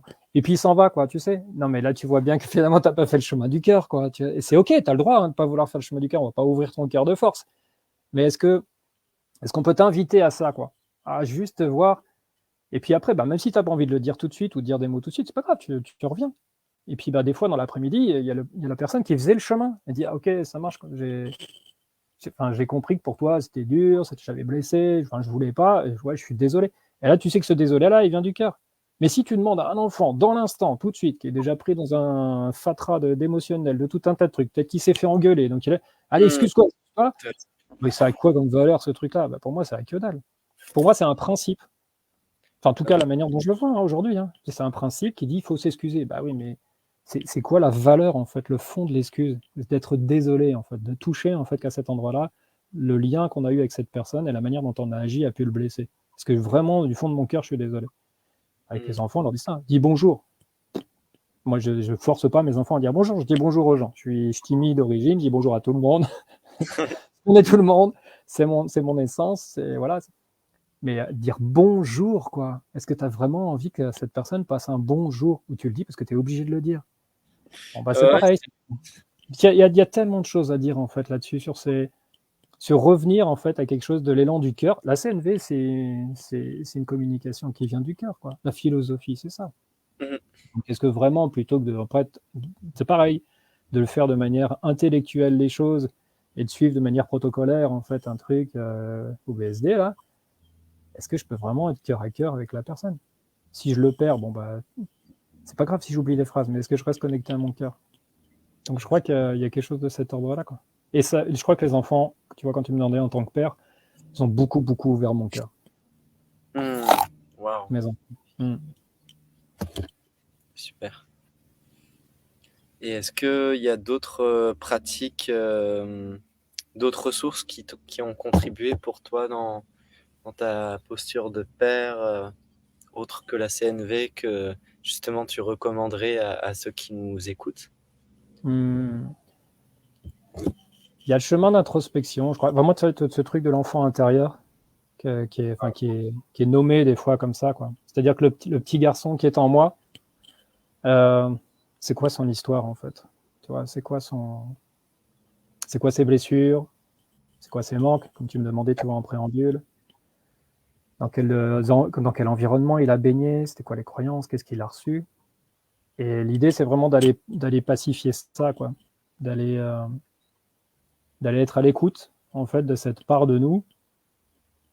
L'idéal étant de le faire en amont, en fait, de devenir père. Mais bon, moi, par exemple, je Mmh. l'avais pas fait.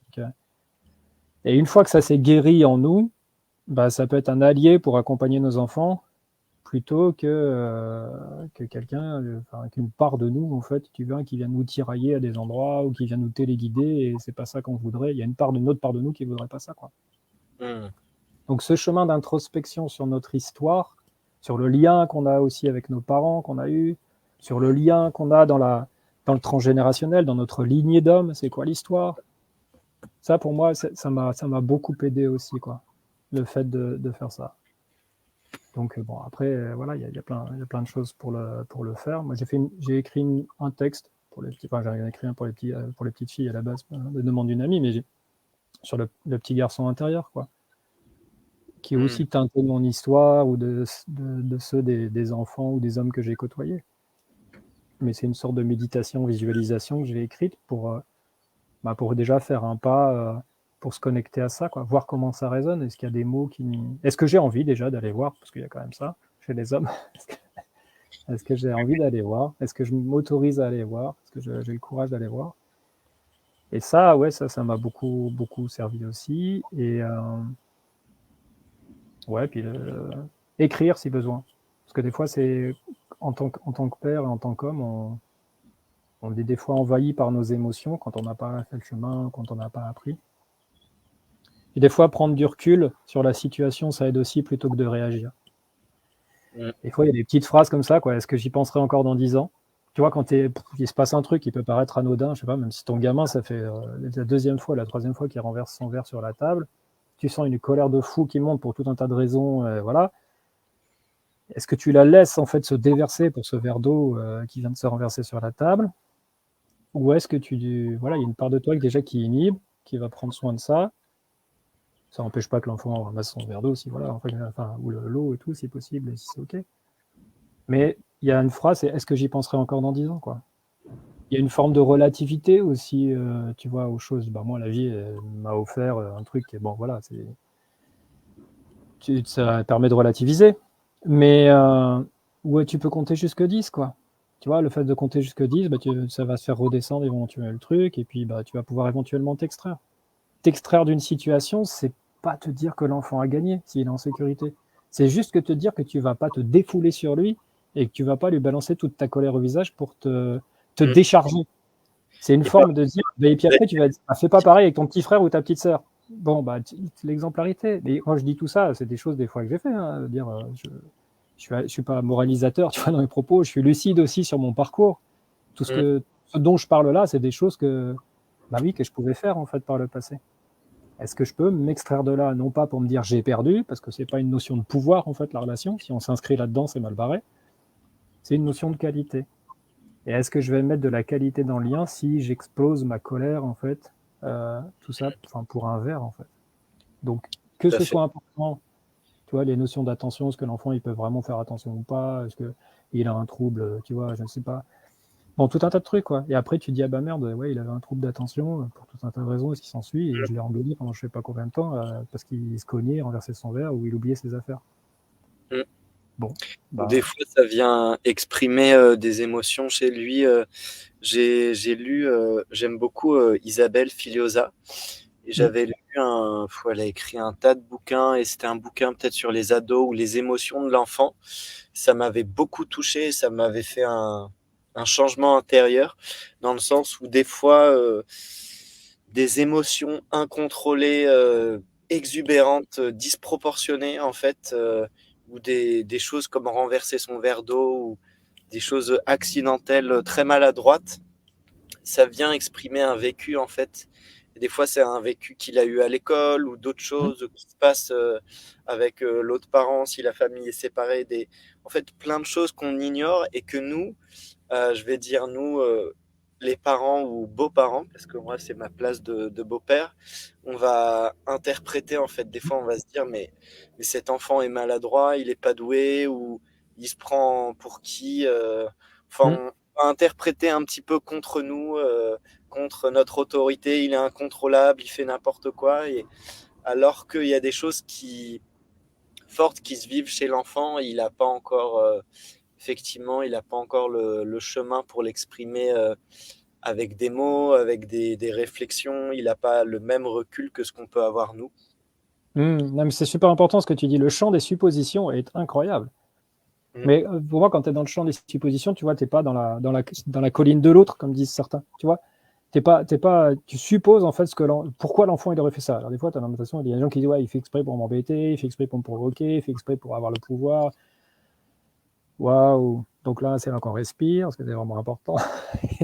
Et donc, est-ce que vraiment je vais me donner en fait l'opportunité d'aller vraiment voir ce qu'il vit chez lui? Parce que comme tu dis, on ne sait pas. Peut-être qu'il a une journée de fou, il est en colère, mais il ne sait pas le dire autrement. Il n'a pas d'attention depuis 2 semaines. Bon, ben, il renverse son verre, il a l'attention. À défaut, ce sera de la colère, mais c'est mieux que rien.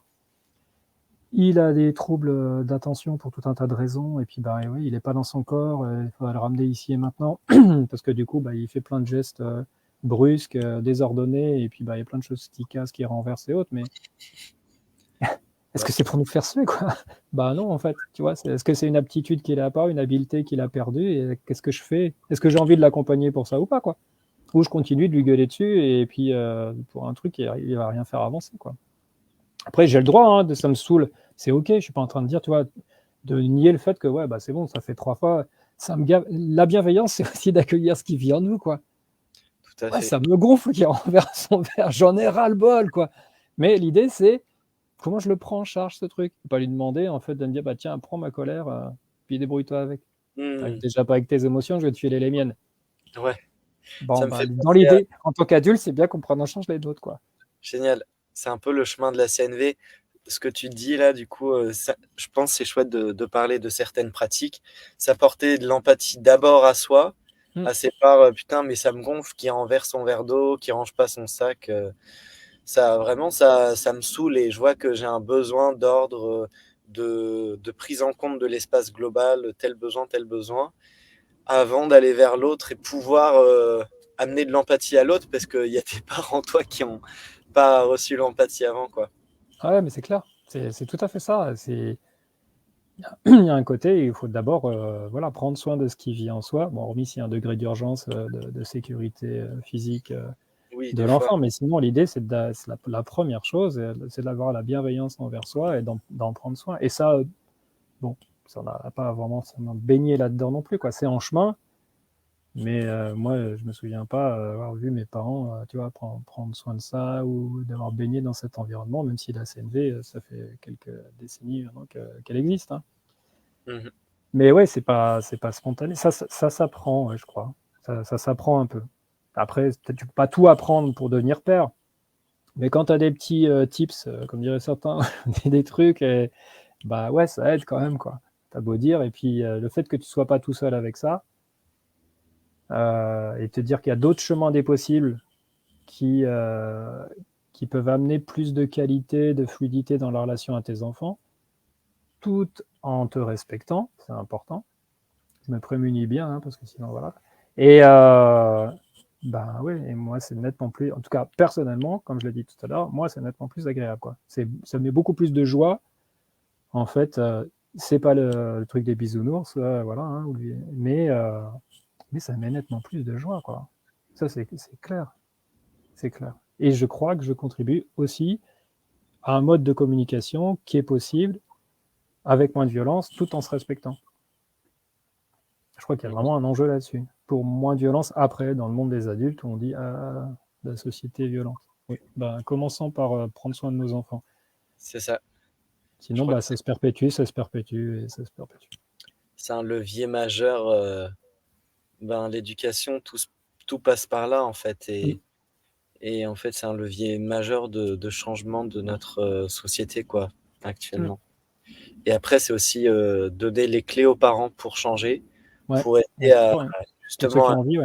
les enfants de manière, adéquate et après, c'est comment, réussir, ce qui serait top, c'est adapter la société pour qu'elle soit plus, adaptée à la parentalité, en fait. Parce que c'est une Mm. société, voilà, qui est pas du tout adaptée, pour ça, j'en parle souvent que et ce serait intéressant, comme on n'en a pas encore parlé, cette société, elle est très individualiste et elle renferme en fait les foyers dans un vase clos souvent et certes des fois, les enfants vont jouer, ils ont le droit de telle heure à telle heure à jouer avec les copains, mais il y a beaucoup de familles qui vivent isolées et actuellement, les gens vivent de plus en plus isolés avec, les écrans, tout ce qui se passe et tout et en fait, des fois, on dit qu'il faut une tribu pour élever l'enfant. En tout cas, comment ça Mm. se passait avant.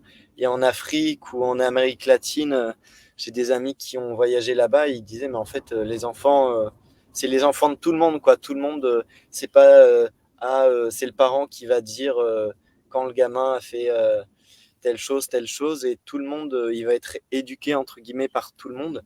Après, ça a ses avantages, ses inconvénients, mais c'est aussi les avantages d'être pris en charge, d'avoir d'autres adultes de référence. Donc ça offre une diversité et aussi un allègement parce que des fois, même souvent, les parents, on est un peu débordés, quoi, que ce soit au Mm. niveau sommeil, quand les enfants font pas leur nuit, quand ils sont petits, mais même des fois plus grands, ils sont malades, on a le travail, on a ci, on a ça. on est juste submergé, débordé, on n'a pas les ressources de gérer des fois tous les pots cassés, nos émotions et tout. Et ouais, qu'est-ce que tu en penses de ça un petit peu? Cette Alors, société qui est individualiste et ce côté un peu renfermé des foyers, des familles, et s'il y avait quelque chose de plus, de plus ouvert, tu vois, la tribu, ou que les enfants, il y a un accès plus facilement aux autres adultes, qui est le hmm, tonton, la tata, la grand-mère qui garde les enfants, différents hmm, tuteurs, quoi. bah ouais. Ben, hmm. Alors déjà, c'est sûr que par rapport à ce que tu disais, il faut de l'énergie en fait pour accompagner des enfants. Parce qu'ils sont pleins de vie et ils sont pleins d'énergie. Donc, Mm. dans les prendre soin, de temps à autre, de voir des pratiques qui permettent de recharger en énergie. Tu vois, moi, j'ai des choses comme le pranayama yoga, en fait, les exercices du souffle de vie, en fait, qui permettent de recharger les batteries à un moment donné si besoin, ou d'avoir des inspires plus longues qui amènent de l'énergie plutôt que l'expire, ou de l'expire plus longue si on a besoin de se calmer, parce que voilà. Donc, des pratiques qui permettent aussi de garder une énergie suffisante pour aussi les accompagner, ces enfants. Parce que si tu es, comme tu le disais, enfin, voilà, des fois, moi j'ai côtoyé des amis, là, quand tu es tout seul, quand tu dors pas, quand tu parlais des personnes qui sont séparées, mais quand tu as deux, des fois trois enfants, tu dois gérer toute la logistique, ton gosse, ton dernier il dort pas, tu es fatigué. Bah oui, forcément que c'est super complexe, quoi. Donc après, dans la mesure du possible, c'est vrai que d'avoir des espaces qui permettent de nous recharger en énergie ou de prendre, tu vois, des bouffées d'oxygène ou des endroits qui permettent vraiment de nous nourrir, de nous mettre en joie, c'est fondamental. Après, dans l'idée de se retrouver tout seul et chacun comme ça, euh, je crois que c'est André Stern qui disait que bah, lui, l'enfant, il est ouvert le vaste monde, pardon. Et ok, mais pourquoi les enfants préfèrent les écrans, quoi? Est-ce qu'on les laisse encore sortir? Est-ce qu'ils peuvent encore jouer dehors, même quand il fait noir? Est-ce qu'ils ont le droit d'aller à 800 mètres d'ici tout seul à pied parce que nous, on ne peut pas les conduire parce qu'on travaille? Est-ce que il y a une. Alors après, il va y avoir des grands débats, les gens qui vont s'insurger, qui vont dire bah, mais on peut pas, machin, la société est dangereuse. Le système. Tu vois, dans la tribu, enfin, ce dont tu parlais tout à l'heure, peut-être dans le village, tu vois, en Amérique du Sud ou je sais pas quoi, bah, peut-être que les gens se connaissent et autres, quoi. Et donc, c'est un village et puis on sait à peu près tout ce qui se passe tout le temps. Il n'y a pas grand truc qui en. C'est un autre Les gens se contexte. côtoient en fait. Donc après, c'est peut-être le chat qui se mord la queue. C'est plus que les gens se côtoient plus, ils se connaissent plus, donc ils ont peur. Ils ont peur les uns des autres. Et donc du coup, je vais sûrement pas laisser sortir mon gosse parce qu'il peut croiser un tel avec son tracteur, avec son machin ou je sais pas quoi, ou l'autre avec son chien. Et puis elle me fait peur. Mais les enfants, ils sont sur leurs écrans, mais parce que qu'est-ce qu'on leur offre de différent, quoi? Mm. Est-ce qu'ils ont encore droit de sortir, de s'offrir des aventures en forêt? Bah non, parce qu'en forêt, peut-être un mec qui traîne, je sais pas quoi. Est-ce que je peux aller au stade à pied? Bah non, parce que peut-être croiser une bagnole, parce que voilà, bah, les enfants, ils restent chez eux, quoi. Ça sécurise aussi des fois tout le monde. Certes, il arrive des choses, mais l'humain a tendance, à propension, à s'identifier en fait au quidam, en fait, à qui ça arrive. Je dis pas que ça n'arrive pas, il faut être lucide, mais est-ce que majoritairement ça arrive à tout le monde? Non. Et donc pour ça, en fait, pour la personne à qui ça arrive, ben, on enferme tous les enfants, en fait, Mm. pour notre sécurité. Je respecte ça, hein, je comprends, je suis pas en train de juger, mais l'idée c'est de se dire, ok, ça marche. Les enfants, ils sont sur leurs écrans, bah oui, bah, au moins s'ils sont à la maison, ils sont sécures. Moi, mes gamins, si tu leur dis, on va jouer avec les copains et on va faire un truc, bah ils vont y aller, quoi, ils vont préférer ça, quoi. À l'école, en fait, mon fils, quand il est arrivé en école démocratique, il jouait beaucoup. C'était vraiment un gamer. Ah, Il au est jeu arrivé vidéo. ouais, aux jeux vidéo. Et il jouait beaucoup aux jeux vidéo. Et il avait pris son PC le premier jour, en fait, pour pouvoir jouer. Parce que pareil, c'est des grands débats, mais donc on a le droit de jouer, voilà, dans une école démocratique. Et ça dépend des écoles. Et ben, au bout d'une journée, il n'avait plus besoin. Il n'avait jamais utilisé son PC, il ne le prenait plus après. Pourquoi? Parce qu'il y avait du lien qui était créé, il y avait plein d'activités, il y avait plein de possibilités autres, en fait. Bon, c'est sûr qu'on était dans un environnement, on va dire, scolaire, donc c'était fermé, mais il y avait un grand terrain de 3000 m². Il y avait voilà, une cinquantaine de personnes avec qui pouvaient tisser des liens dans des registres totalement différents, avec des activités totalement différentes. Le lien était nourri et pas besoin des écrans. Mmh. Donc, et puis ouais, non, je crois qu'il y a vraiment la peur de l'autre qui est cultivée. Alors moi, j'ai propension à aller vers l'autre. J'ai pas peur en fait de l'autre. Ou sinon l'autre vient vers moi, mais ça fait partie de mon histoire et de ce que je suis. C'est ok pour moi, ça me va bien. J'aime bien découvrir l'histoire, la vie des gens, la richesse, et puis de partager aussi. Je crois qu'il y a plein de gens, ils sont effrayés, quoi. Des fois, je dis bonjour à des gens, j'ai presque l'impression que je les agresse, quoi. Et ils disent, ah putain, s'il me dit bonjour, derrière, il va me demander quelque chose. Ben non, en fait, je suis vraiment avec le cœur en train de te souhaiter une bonne journée. C'est tout. Cool. Pas besoin de club, peut-être que je te demanderai ma route si je suis paumé, mais t'es pas obligé de me répondre. Mais non, mais il y a vraiment de la peur, je crois, de l'autre qui est instillée, et puis peut-être que tu vois, enfin bon, on va partir sur d'autres trucs, mais quand tu as les informations, c'est que voilà, la société, c'est merdique, les humains sont merdiques, enfin voilà, tu te demandes des fois pourquoi on reste là, quoi. Il n'y a pas un autre endroit qui serait plus. Donc, en même temps, des fois, moi, j'ai arrêté de regarder la télé en étant ado quand j'étais plus là-dedans, quoi, quand ça m'a plus parlé.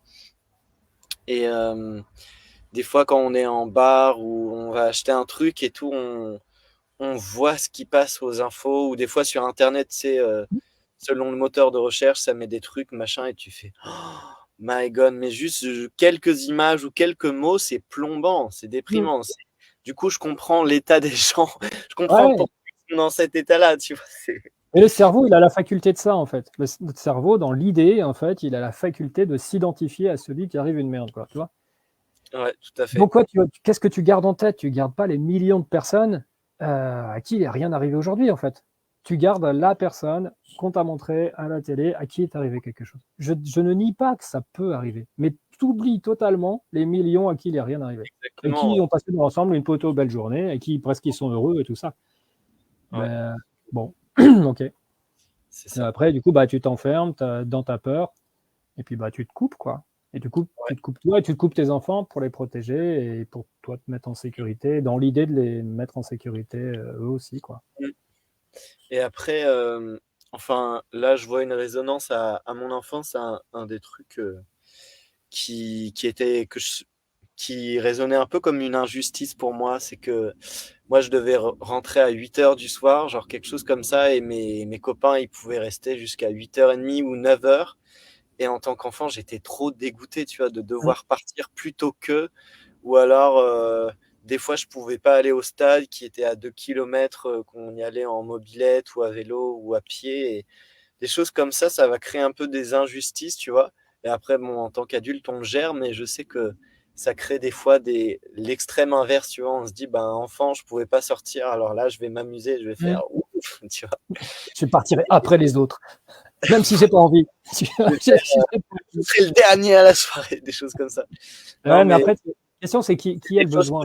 Mais tu vois comment ça va inhiber ou créer des enfants ou à l'extrême inverse, qui vont se dire bon ben je sors pas, je reste dans mon truc. Et c'est des petites choses que je nomme, mais bon voilà, c'est ce qui est vivant en moi, ce qui revient par les. Et c'est pour ça que c'est important de voir à qui appartient la peur. C'est ok, en fait, tu vois, qu'un adulte ait peur, et je respecte ça, en fonction du degré, de la gravité, de ce qui est arrivé, de l'histoire, voilà, et tes croyances et autres, ou de factuellement l'endroit où tu vis, enfin, tout un tas de choses, tout un tas de paramètres. Mais est-ce que, de notre peur, en fait, on doit, du coup, enfermer l'enfant dans quelque chose? Tu vois? Est-ce que, bah, toi qui voulais rester jusqu'à 8h30, 9h, on aurait pu te proposer de, ok, ça marche, mais vous rentrez tous les 4. Enfin, tu rentres pas tout seul, c'est certain. Est-ce que tu as tes potes qui peuvent te ramener jusqu'à la maison? Ou sinon, je viens te chercher.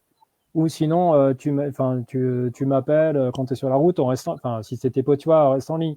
Est-ce que je peux trouver un compromis qui, moi, me sécurise? Et parce que c'est ok, moi, il y a des fois avec mes enfants, je leur ai dit, ça me va pas, quoi. Qu'est-ce qu'on pourrait trouver aussi pour mon besoin de sécurité, si c'est ok pour toi? Parce que de toute façon, bon, il y a des enfants qui vont aller jusqu'au bout, mais toi, de toute façon, tu devais rentrer, donc tu n'avais pas de pouvoir à cet endroit-là, tu vois. Moi, j'étais enfant, il n'y avait pas encore de téléphone portable, j'étais en primaire, quoi, du coup, il y avait quelque chose, bon, je dois le faire, bon, voilà. Ouais, c'est ça, tu obéis dans l'idée, quoi, tu vois. Adolescent, quoi. Donc l'idée, c'est comment on trouve vraiment, dans ton principe, en fait, de relation, comment on trouve quelque chose d'un compromis, si tant est que ce soit ok, si ce soit possible. Mmh. pour que chacun soit nourri, en fait, continue d'être nourri dans l'assiette. Des fois, on ne trouve pas de compromis d'un côté ou de l'autre, mais bon, ça peut être OK aussi, mais il ne faut pas que toujours ce soit qu'un côté qui décide pour tout, quoi. Tu vois, c'est l'histoire de Khalil Gibran, les enfants ne nous appartiennent pas, quoi, tu vois. Mmh. Oui, on Est-ce pourra le qu'on peut s'inscrire là-dedans ou pas? Bon, bah voilà, après, il y a des gens qui vont dire, ouais, bah, s'il fait une connerie, c'est quand même moi qui vais être au tribunal. Bon, c'est pas faux. tu vas voir, s'il m'appartient pas, je dirais que c'est ton fils. Bon, bah voilà, enfin, après, je comprends, hein, je suis pas enfermé dans des dogmes et principes, je déteste ça. Mais ouais, il y a ça. Est-ce que je peux considérer que.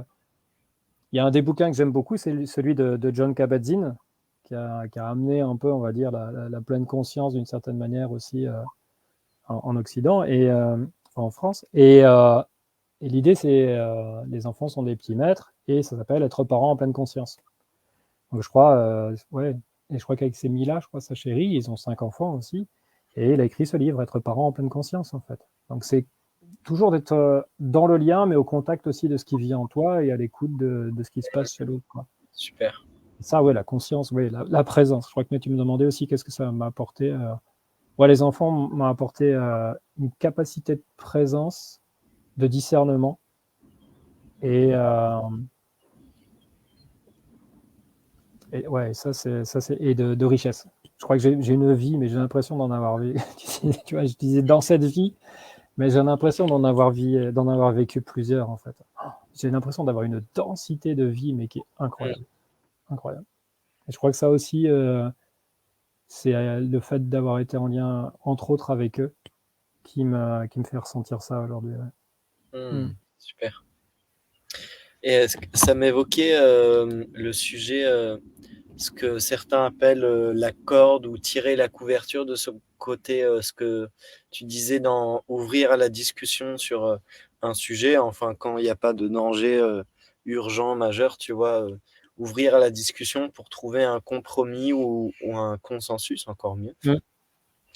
Est-ce que ça fait un peu écho à la corde, ce dont certains parlent, tu vois, non? Ou la Ouais, couverture bah, attire plus ou moins de notre côté ou si elle est vraiment au milieu de la relation. ouais, c'est ça. Mais après, il y a des fois, on n'aura pas envie de la filer, la couverture, quoi. Tu vois, c'est aussi d'accueillir. Il y a des fois, on pourra peut-être être intransigeant en fait sur quelque chose. Tu vois. Je crois que c'est vraiment un équilibre aussi, tu vois. C'est vraiment, enfin, quand on parle de la corde, c'est qu'elle se rompt pas, que la couverture, il n'y en a pas un qui se retrouve toujours à poil et puis que l'autre, il soit, tu vois, enroulé dedans. Donc c'est aussi des questions d'extrême. Une relation, en fait, c'est comment elle est nourrie et comment se nourrit aussi Mmh. chacune des personnes, en fait, un bout de la relation. Donc, ouais, avec les enfants, il y a ça aussi. Si c'est que toi qui as la corde, d'ailleurs, que ce soit pour l'enrouler, pour pas qu'il bouge, ou, tu vois, où tu prends, enfin, ou prendre toute la couverture, moi, je crois, dans la durée, je crois qu'il y a vraiment ça. Parce que c'est sur le court terme, des fois, tu as l'impression que tu dis, mais pourquoi je me prends la tête avec ce truc-là? Je me mets une bonne punition. C'est moi qui décide. Je suis la j'ai le pouvoir. Mais qu'est-ce que je prends la tête avec? Et je vais perdre du temps. Je vais aller essayer de chercher ce qui vit en moi, ce qui vit en lui. On va essayer de trouver en fait un consensus. Oh là là. Bon, des fois, on n'aura pas envie. Mais en fait, le court terme, des fois, on réagit à une éducation court terme. Moi, ce que je vois, du coup, parce que comme je te disais, Adam, il a 21 ans aujourd'hui, et j'ai switché quand même mon mode éducationnel voilà, en cours de route, et ben, je suis bien content d'avoir passé du temps, parce que après coup, en fait, dans le moyen long terme, toujours pareil, ce mot qualité revient, mais c'est fondamental, tu goûtes une relation, mais qui est totalement différente. Et Mmh. ça, je crois, parce qu'à un moment donné, j'ai choisi, que mon histoire est tout un tas de trucs, j'ai choisi en fait de m'inscrire dans un autre mode relationnel avec mes enfants. Et du coup, mais je gagne un temps, et avec les autres aussi, je gagne un temps de fou, parce que comme c'est authentique, on se connaît très bien, on se dit les choses. Euh, j'ai pas besoin dans l'idée en fait de me mettre dans des états pas possibles. Et si c'est le cas, ça veut dire que bah, j'ai pas pris soin de moi, donc bah, c'est à moi de m'en occuper. On se connaît très bien et on n'a pas beaucoup de secrets. On a notre jardin secret si besoin, mais on n'a pas beaucoup de secrets et on se connaît bien. Et on sait, on a vraiment construit une relation qui est fluide. Et du coup, toutes ces choses qu'on a démêlées, qu'on a dénouées dans l'antériorité de la relation, elles ne se représentent plus là. Ou si elles se représentent, c'est fluide parce que voilà. Mmh. Et du coup, à moyen long terme, même pour la suite, quand eux-mêmes ils seront adultes, quand ils auront leurs gosses et tout, ils feront leurs choix et autres. Mais je sais que j'ai construit quelque chose sur la durée, en fait. Et Mmh. pas à court terme. Mais ça m'est arrivé des fois de dire, c'est voilà quoi. Parce que des fois, ça arrive, parce que tu as besoin, parce que c'est pas le temps, parce que c'est pas négociable, parce que je sais pas quoi. Mais c'est clair, en fait. Je le dis même ouvertement. Là, c'est voilà. C'est pour moi, en fait. Mais si tu fais ça tout le temps, tu dis c'est pour moi, c'est pour moi, c'est pour moi, c'est pour moi, c'est pour moi, Oui. ça marche pas la relation. Donc c'est aussi des fois dire ok, je le fais, bon, pas trop l'élan de ça et l'énergie, mais je sens que ça te tient tellement à cœur, ok, je t'emmène quoi. Bon, j'aurais peut-être préféré rester chez moi, tu vas faire le truc, mais et à cet endroit-là, je nourris cet endroit-là. Mais vraiment, tu vois, le 8, là, le 8 horizontal, le lemnis 4 et tout ça, fondamentalement, c'est vraiment ça, quoi. Comment ça circule et de manière équilibrée, en fait, quoi. Avec des fois, bah oui, mais des fois, c'est que d'un côté ou c'est que de l'autre. Mais en tout cas, ça circule de manière équilibrée dans l'ensemble. C'est ça. C'est très intéressant, et ça me parle beaucoup de nourrir la relation à long terme plutôt qu'à court terme parce que des fois, on va on va parfois arriver au résultat escompté à court terme, c'est-à-dire on est tranquille, on a posé, quelque chose de coercitif, notre autorité un Mm. peu brute, c'est comme ça et pas autrement. Mais, mais après à long terme, ça va pas nourrir une confiance de l'enfant envers soi et ça va pas nourrir, ouais, cette confiance en fait de base, une authenticité, une spontanéité qui va bénéficier à la relation et qui va bénéficier à l'autorité aussi. Mm. Et en tout cas, ce dont j'ai été un peu témoin, c'est que plus je suis en bon lien avec l'enfant, on va dire, plus ça passe bien, plus l'autorité, en fait, c'est fluide, c'est facile. Que si pour une raison ou l'autre, l'enfant a eu des émotions, s'est senti contrarié sur telle chose, soit il va obéir par soumission, soit il va se rebeller. En fait, Mm. soit il va être un peu figé, mais ça met en schéma plus de survie et dans le cerveau reptilien. Que s'il y a Mm. un bon lien, comme tu dis, cette dynamique relationnelle, cette économie relationnelle fructueuse et fertile sur le long terme, ben, il va dire oui, bien sûr, je veux bien aller là ou faire la vaisselle ou ranger ce truc ou ouais, carrément, on va au stade. Tout Mm. ça. Ouais, puis cette éducation coercitive, vraiment, que ça, elle fonctionne que jusqu'au moment où tu as du pouvoir sur l'enfant, quoi. À partir du moment où il devient autonome euh, par la majorité, ou si il demande son émancipation à 16 ans et qu'il a son autonomie financière, bon, bah voilà quoi. Qu'est-ce qui va rester du lien? C'est ça. Donc Après, il y a... ça fonctionne tant que tu as du pouvoir sur ton enfant. Quand on n'a plus, euh, bah, même physiquement. Parce que si tu cherches cette domination de pouvoir par l'aspect force physique, bah, un gamin de 5 ans, ok, mais ton ado qui a peut-être 16 ans, qui fait une tête de plus que toi et 20 kilos, bah, peut-être qu'à un moment donné, si tu le malmènes trop physiquement, ça va plus marcher, quoi, ou tu vas réfléchir à deux fois, quoi. Tu vois? Mm. Donc, c'est pernicieux, en fait, ce mode-là, quoi. Tu vois, si tu utilises ton pouvoir tant que tu le peux, puis à des moments donnés, bah non, là, je peux plus, bah, je peux quand même le pouvoir, bon, il est grand physiquement, bah, je vais utiliser l'espèce d'argent, je vais le punir. Bon, bah après, les gamins qui font le mur, qui machin, qui prennent la bagnole en sauvette, enfin, tout un tas de choses, quoi. Ouais, Moi, ouais, j'ai ça pas crée pas, envie, en fait, de construire ça, quoi. Tu vois, pour moi, ça crée pas un truc il y a qui est plus trop nourrissant et d'intérêt. qui est joyeux, quoi. Hein? Je dis, il y a plus trop d'intérêt à être parent dans ce cas-là, tu vois, si tu bats ton Ouais, enfant. après, chacun fait comme il peut, tu sais, avec les modèles. Enfin, moi, j'en vois, hein, mais j'aimerais juste au moins, ouais, faire toucher ça, quoi. Putain, mais est-ce que ça te nourrit en tant que père, cette relation, ce truc-là, quoi? D'où tu l'as hérité? Où est-ce que, montre-moi les tablettes sur lesquelles c'est écrit, c'est comme ça qu'on doit faire. Est-ce que c'est bien pour toi? Est-ce que tu es épanoui là-dedans? Je te demande même pas de tes enfants, je te parle de toi. Est-ce que tu es bien? Est-ce que tu es Ouais, je content? pense que c'est des questions importantes à se rappeler régulièrement, en fait. Est-ce que tu te sens bien dans la relation? Est-ce que tu es épanoui? Est-ce que ça te met en joie d'être en lien avec tes gosses ou ça te stresse, ça te ferme, ça te met en colère, ça te renvoie à des choses qui, non, moi je veux pas être comme mon père ou je me laisserai jamais faire, ou je sais pas quoi. Est-ce qu'il y a des notions de pouvoir, des notions, tu vois, de Mmh. est-ce que ça te met dans une énergie ou pas comme ça d'ailleurs. Et bah non, bah si c'est ça, bah moi écoute, ça marche. Si c'est en conscience, c'est un choix. Bah voilà, j'ai pas, ça veut dire qu'est-ce que tu vas faire de ta vie, quoi. Mais si c'est pas le cas, peut-être que ça mérite d'aller visiter d'autres chemins, quoi, de regarder comment on pourrait faire autrement. Même pas Exact. pour tes gosses, pour toi déjà. Mmh. Commencer par Forcément soi. qu'après ça aura une résonance et que ça sera différent, la vibration sera différente pour les enfants. Mais commence par toi. Mmh. Et une autre question, qu'on a un peu abordée, mais qui est un thème qui est assez répandu et très d'actualité, c'est la question des écrans. C'était intéressant Mm. ce que tu parlais, ce témoignage par rapport à ton fils, dans les écoles, dans une école démocratique. C'est, les écrans sont quand même très présents. Il y a un effet addictif des écrans. Enfin, Mm. déjà, nous, on a du mal à. C'est un peu amené de plus en plus par la société. Maintenant, on travaille devant les écrans. Des fois, ben, moi, en tant qu'auto-entrepreneur, ben, on est des fois Mm. beaucoup devant les écrans et tout ça. Et comment gérer ça un petit peu avec les enfants, avec l'effet que ça a sur leur cerveau aussi, l'effet que ça a sur la relation. Toi, quelle a été ton expérience un petit peu de ça?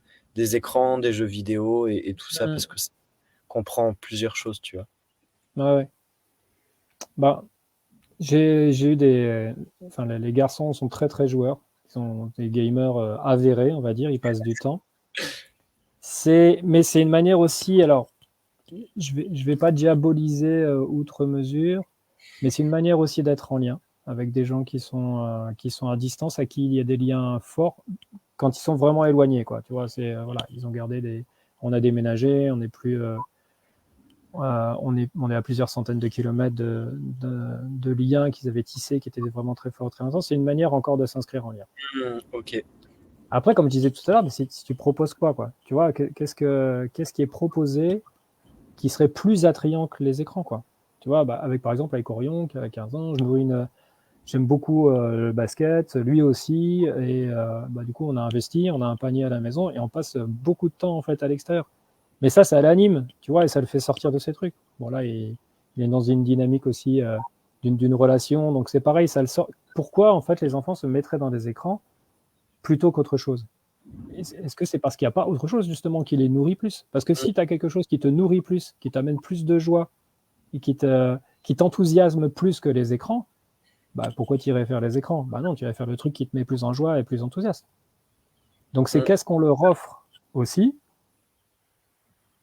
pour sortir en fait de là. C'est-à-dire que si c'est un choix conscient, bah oui, je me mets sur les écrans parce que j'aime telle chose ou ça me passionne, je sais pas quoi, voilà, ok, ça marche. Mais si c'est là à défaut en fait d'autre chose, donc pour moi, c'est ça qui me touche aussi. S'il y a une palette en fait de choses qui sont offertes qui peuvent enthousiasmer les enfants, mais je crois aussi quand même que des fois quelque chose, c'est que quand on est dans une société où les adultes sont débordés, ils sont sous tension, ils sont stressés, ils n'ont pas beaucoup de temps pour eux, bah des fois ça peut être confortable de filer un écran à un enfant. On est tranquille, fait pas de bruit. Il y a plein Il y a de une forme de tristesse bénéfices. aussi sous cet angle-là, tu vois. C'est comme si on venait satisfaire un de nos besoins qui n'était pas rempli pour tout un tas de raisons, mais qu'on ne prend pas en charge ou qu'on ne peut pas prendre en charge. Enfin bon, voilà, il n'est pas faut rentrer dans c'est propre à chacun et c'est pas pour faire des généralités. Mais il peut y avoir ça aussi. C'est-à-dire que les écrans sont aussi une forme de solution de tranquillité pour les adultes.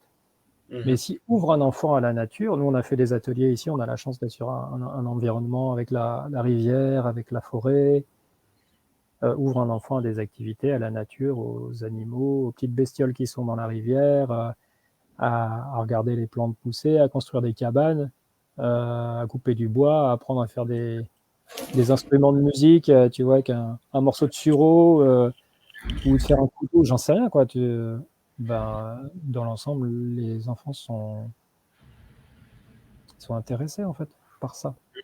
Super. Mais je crois qu'il y a une responsabilité aussi de l'adulte, comme tu disais, mais enfin, moi, des fois, je me suis empêtré dans ce truc-là, et je crois que c'est Sylvain Tesson qui parlait d'une sorte de bracelet électronique ou d'un quelqu'un qui nous sifflait, je sais plus quoi, tu vois, quand tu reçois une notification, tu sais, c'est quoi la notification? C'est comme si tu étais tributaire, en fait, de quelqu'un qui t'appelait en fait. C'est comme si tu étais aux ordres presque. Ça a sonné, c'est une notification WhatsApp ou je sais pas quoi. Donc, c'est comment nous-mêmes, pareil, quoi, on montre qu'il y a d'autres choses en fait qu'on peut faire et comment on les emmène avec nous en fait dans cet univers. Tu vois, qu'est-ce qu'on leur propose en fait? Qu'est-ce qu'on leur propose? Parce que effectivement c'est facile et puis comme tu le disais, il y a un côté addictif en fait et ceux qui produisent ça savent très bien comment fonctionne le cerveau. Donc je crois qu'il y a aussi une responsabilité des adultes, eu égard à ce qu'on a dit tout à l'heure pour laisser sortir les gosses dans la mesure d'un environnement sécuritaire pour eux et pour nous, et puis de leur proposer des activités qui ne soient pas des écrans. Mais si les adultes ne le font pas, voilà quoi. C'est sûr qu'on est peut-être qu'un gamin ne va pas forcément monter des caplas toute la journée. Ouais. Mais après, peut-être, tu vois, s'il n'a jamais baigné dedans, quoi. Est-ce que c'est addictif? C'est comme la cigarette avec la nicotine ou je sais pas quoi. Une fois que tu as mis, tu vois, à goûter à ce truc-là, et si tu as envie d'y revenir, parce que est-ce qu'il faut interdire? Moi, je ne crois pas. Personnellement, on parlait des interdits tout à l'heure. Moi, dans ma vie, quelque chose qui est interdit à un moment donné, tu as envie de le transgresser, de goûter, et tu ne goûteras pas forcément de la manière qui est bien pour toi. Mais ça, c'est mon point de vue. Donc, vaut mieux en discuter, voilà, démystifier pourquoi et tout ça, quoi. Mais oui, la déconnexion à la nature et emmenons nos enfants en forêt, quoi. Faut les emmener camper, les emmener chanter, les emmener faire des feux, tu vois, et découvrir les bestioles voilà, quoi, le petit monde. Il y a plein de choses à faire, quoi. Donc après, il y a un bon mix entre les deux. Moi, je suis pas diabolisé, parce que de toute façon, je me permettrais pas de le faire, sinon je serais pas cohérent. Mais en même temps, il y a une forme de vigilance aussi, de se dire, est-ce que je prends le temps d'être en lien aussi avec mes enfants? Ouais, tout à fait. Une notion de temps, je crois. Est-ce que je prends le temps d'être en lien avec eux? Qu'est-ce que j'ai envie d'offrir dans ce lien, quoi? On fait une partie de Mario Kart. Donc bon. Chouette, super, merci beaucoup. C'est déjà riche, ça fait déjà 1h36, ça passe. S'il y a tellement de choses à dire, on pourrait y passer une journée entière, je crois, sur ce. Ouais, je crois. J'ai de quoi dire. Ils s'écoutent, mais tu vois, mais oui, ce que je te disais, la richesse, quoi. Il y a tellement. J'ai envie de communiquer ça. Parce que je crois qu'il y a des choses qui m'ont tellement aidé dans mon histoire et que j'aurais bien aimé que quelqu'un m'en parle avant. Parce que ça m'a simplifié la vie, que ça me l'a rendue plus douce, que je suis plus serein aujourd'hui, que je suis plus épanoui dans la relation avec mes enfants, que j'aurais peut-être eu moins de peur et moins de questionnements. Donc ouais, ça c'est pour ça que j'aime aussi accompagner les pères, tu vois, dans cette dynamique-là. C'est vrai que tu me donnais tout à l'heure en préambule, il y a 2 fils en père qui arrivent. Je fais ça avec un ami. Donc début juillet, c'est un week-end sur 2 jours et demi. Et 2 fils en père, c'est ça. On n'a pas forcément besoin d'être père biologique, on peut être père symbolique aussi, ou père en devenir. Mais l'idée, c'est déjà faire un bout de chemin d'introspection personnelle. Donc en amont pour se libérer de ces lignées, de ces loyautés ou de ces rébellions. Et puis intérieur, quoi, pour aller prendre soin de cet enfant ou de cet adolescent qui vit en nous et qui peut s'exprimer, et d'en faire un allié, quoi. Donc ouais, il y a ça aussi. En juillet, ça se passe ici, à la Renardière, en Ardèche du Nord. Et l'idée, c'est d'accueillir les hommes avec mon ami Ulysse Cato, qui lui a été jeune papa par rapport à moi, je ne vais pas faire l'ancien, mais bon, voilà, quoi. On a quelques années d'écart, il faut que j'accueille ça. Ça fait partie du chemin de la vie. Exact. Donc voilà, ouais, ça me touche aussi, ça. Et l'aspect moins de violence. Je suis convaincu que moins de violence envers nous, en tant qu'hommes, et moins de violence envers le monde et envers les enfants et les femmes et le monde. Et je crois que ça, c'est un peu une sorte de cheval de bataille que j'ai, où je crois qu'il y a vraiment des choses à faire et on peut y arriver, quoi. Génial, merci beaucoup. On pourra mettre en lien dans la description ce stage de fils en père. Et quelques petites questions avant la fin. Tu peux répondre de manière plus courte ou longue, comme ça t'inspire. Essayez. Comme tu le sens, hein, franchement. Pour moi, ça va. Quelles ont été les plus grosses tempêtes pour toi en tant que père dans ta paternité? Et qu'est-ce qui t'a aidé à les traverser? Ok. Alors, les plus grosses tempêtes, bah, j'ai le décès de mon fils, ça c'est sûr qu'en 2008, Anton, c'était un cataclysme, j'allais dire. Qu'est-ce qui m'a aidé à traverser l'écriture? Je crois que je disais écrire. Bon, je vais juste quand même dire quelques mots parce que il y avait Magique Maman qui existait à ce moment-là. Donc c'était en 2008. Et Amélie écrivait pas mal des posts sur Magique Maman, sur les mamanges, c'est-à-dire les mères qui avaient perdu leur enfant. Et moi, Ok. j'ai pas trouvé d'espace en tant que père. Du coup, Hmm. j'écrivais sur Magic Maman. Donc, mais ouais, il y a ça. Mais par contre, ça m'a beaucoup, beaucoup aidé. Et puis, le fait de m'autoriser à aller faire cette introspection, quoi. M'autoriser à aller visiter ce qui vivait en moi. Et j'ai une chance, je crois, c'est que les pleurs viennent facilement. Je me libère facilement par les larmes. Hmm. Je crois que ça a Génial. été salvateur pour moi, eu égard à tout ce qu'on connaît maintenant sur le pouvoir thérapeutique des larmes. Et je crois que ça m'a beaucoup aidé de m'autoriser vraiment, et puis en parler, en parler, en parler, en parler. Donc vraiment, quand tu vois, je refais ça, ce truc de mettre l'intérieur à l'extérieur pour pas que je sois enfermé, tout ça soit enfermé à l'intérieur et puis à un moment donné, ça explose et que ça déborde. Ça a été une tempête. Ça a été une tempête. Et puis après, bah, vraiment une tempête avec mes enfants en tant que père. Hmm. Ouais, c'est plus une tempête affective. C'est mon grand-père paternel dont je parlais tout à l'heure aussi en préambule, avec qui que j'ai beaucoup côtoyé et qui a eu une histoire d'enfant pas cool. Euh, Lui, quand il était enfant. ouais, lui quand il était enfant, ouais, c'est ça, enfin voilà, avec un enfant non reconnu, avec les notions de bâtardisme, tout un tas de trucs, des déplacements, enfin, voilà. Et ouais, le fait qu'il meure, en fait, ça m'a touché. C'est juste l'année avant Anton. C'était 2007. Et ouais, en tant que père, si tu veux, c'est plus une notion dans la lignée, quoi. Tu vois, il y a quelque chose. Lui, il représentait des choses totalement différentes. Et dans la lignée, je crois qu'il y a quelque chose qui m'a beaucoup touché là-dessus aussi, quoi. Ça a été Ok. cette perte physique, ce deuil physique m'a touché aussi beaucoup et est venu réveiller, bah, quand on parlait, tu vois, du transgénérationnel, de la filiation, du rôle du père, qui lui, bah, il a choisi de, bon, voilà, je connais l'histoire, donc je ne suis pas dans le non-jugement pour critiquer autre, mais en tout cas, ça m'a touché en tant que père. Mhm. Et puis voilà. Puis après, ouais, et puis un dernier truc, s'il y en a trois, c'est l'arrivée d'Elio, parce que bah, il est arrivé sous stérilet. Et ils ont cru à un moment donné que c'était une grossesse extra-utérine, pour tout un tas de raisons. Et pour la faire court, je crois qu'Abélie, on était à l'hôpital et ils ont dit, le jeune gynéco a dit, bon, bah, je vais vous faire une piqûre et en gros, on va le dégager. Et il y en a un autre, bon, on ne l'aurait pas fait, mais il y a un autre gynéco qui était plus expérimenté et qui, voilà, et qui a dit, attends, on va regarder. Et puis, il a vu, en fait, un tout petit truc qui battait, mais le mouvement de la vie presque indicible. Il dit, non, mais ça, c'est bon, là. Il est là, regarde, il est juste là. Et voilà, c'est comme ça Ouais. qu'Elio est arrivé, finalement. Bon, on ne l'aurait pas fait, parce que, voilà, mais quoi qu'il en soit, ça a été une tempête, parce qu'on a dû attendre presque 10 jours, en fait, pour attendre que c'était pas une grossesse extra-utérine. Donc, avec l'histoire, avec tout ce qu'on avait connu, et puis les ascenseurs émotionnels que ça faisait, c'était, ouais, je me souviens que ouais, j'avais été très touché par ça aussi, quoi. Wow. Voilà. Ok, merci. Et super, est-ce que tu veux nous dire un petit peu un dernier message aux hommes, aux pères qui nous écoutent, je sais pas, Ouais, un conseil ou une dernière phrase? En tout cas, c'était très inspirant, merci beaucoup.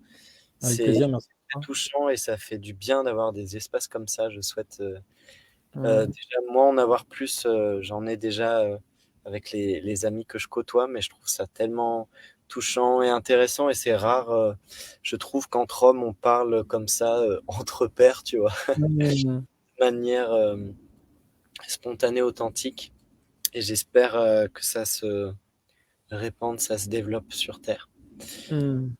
Voilà, qu'est-ce que tu aimerais dire Bah, aux je crois pères? que c'est ça, c'est un peu ce que je disais tout à l'heure. Je crois qu'il y a vraiment que c'est possible de faire avec moins de violence envers soi en Mmh. tant que père, de se pacifier, de se libérer de conditionnements et d'injonctions qu'on a reçues, parce que l'idée, c'est pas de blâmer. Hein. Quand je dis tout ça, je suis pas en train de dire voilà ce que vous devez faire, mais je crois on peut avoir baigné dans un environnement avec plein d'injonctions, plein de croyances, mais on peut choisir de retrouver, de mettre de la conscience dessus, de se pacifier, de se libérer, et pour s'inscrire dans une dynamique moins violente envers nous-mêmes et envers les enfants à venir. Et je crois que et à cet endroit, on a le pouvoir de contribuer à un nouveau paradigme et une société moins violente dans son ensemble, Mmh.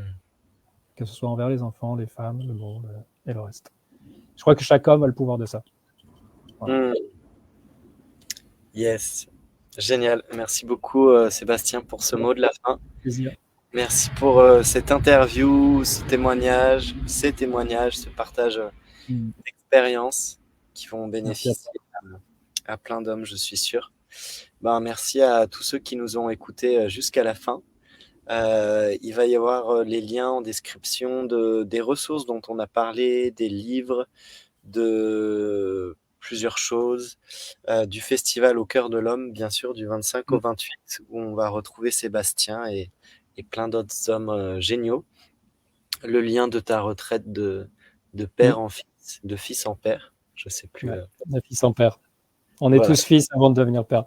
exact, exact. Eh ben, génial. Merci beaucoup. Et puis, à la prochaine pour un interview un peu plus sur le couple, comme Ouais, ça Amélie, ta compagne, t'a cheminé pendant très longtemps. On aura l'occasion de découvrir plein de choses sur ce chemin du couple. avec plaisir. Belle Merci. journée à chacun. Salut. Belle journée à tous. Ouais.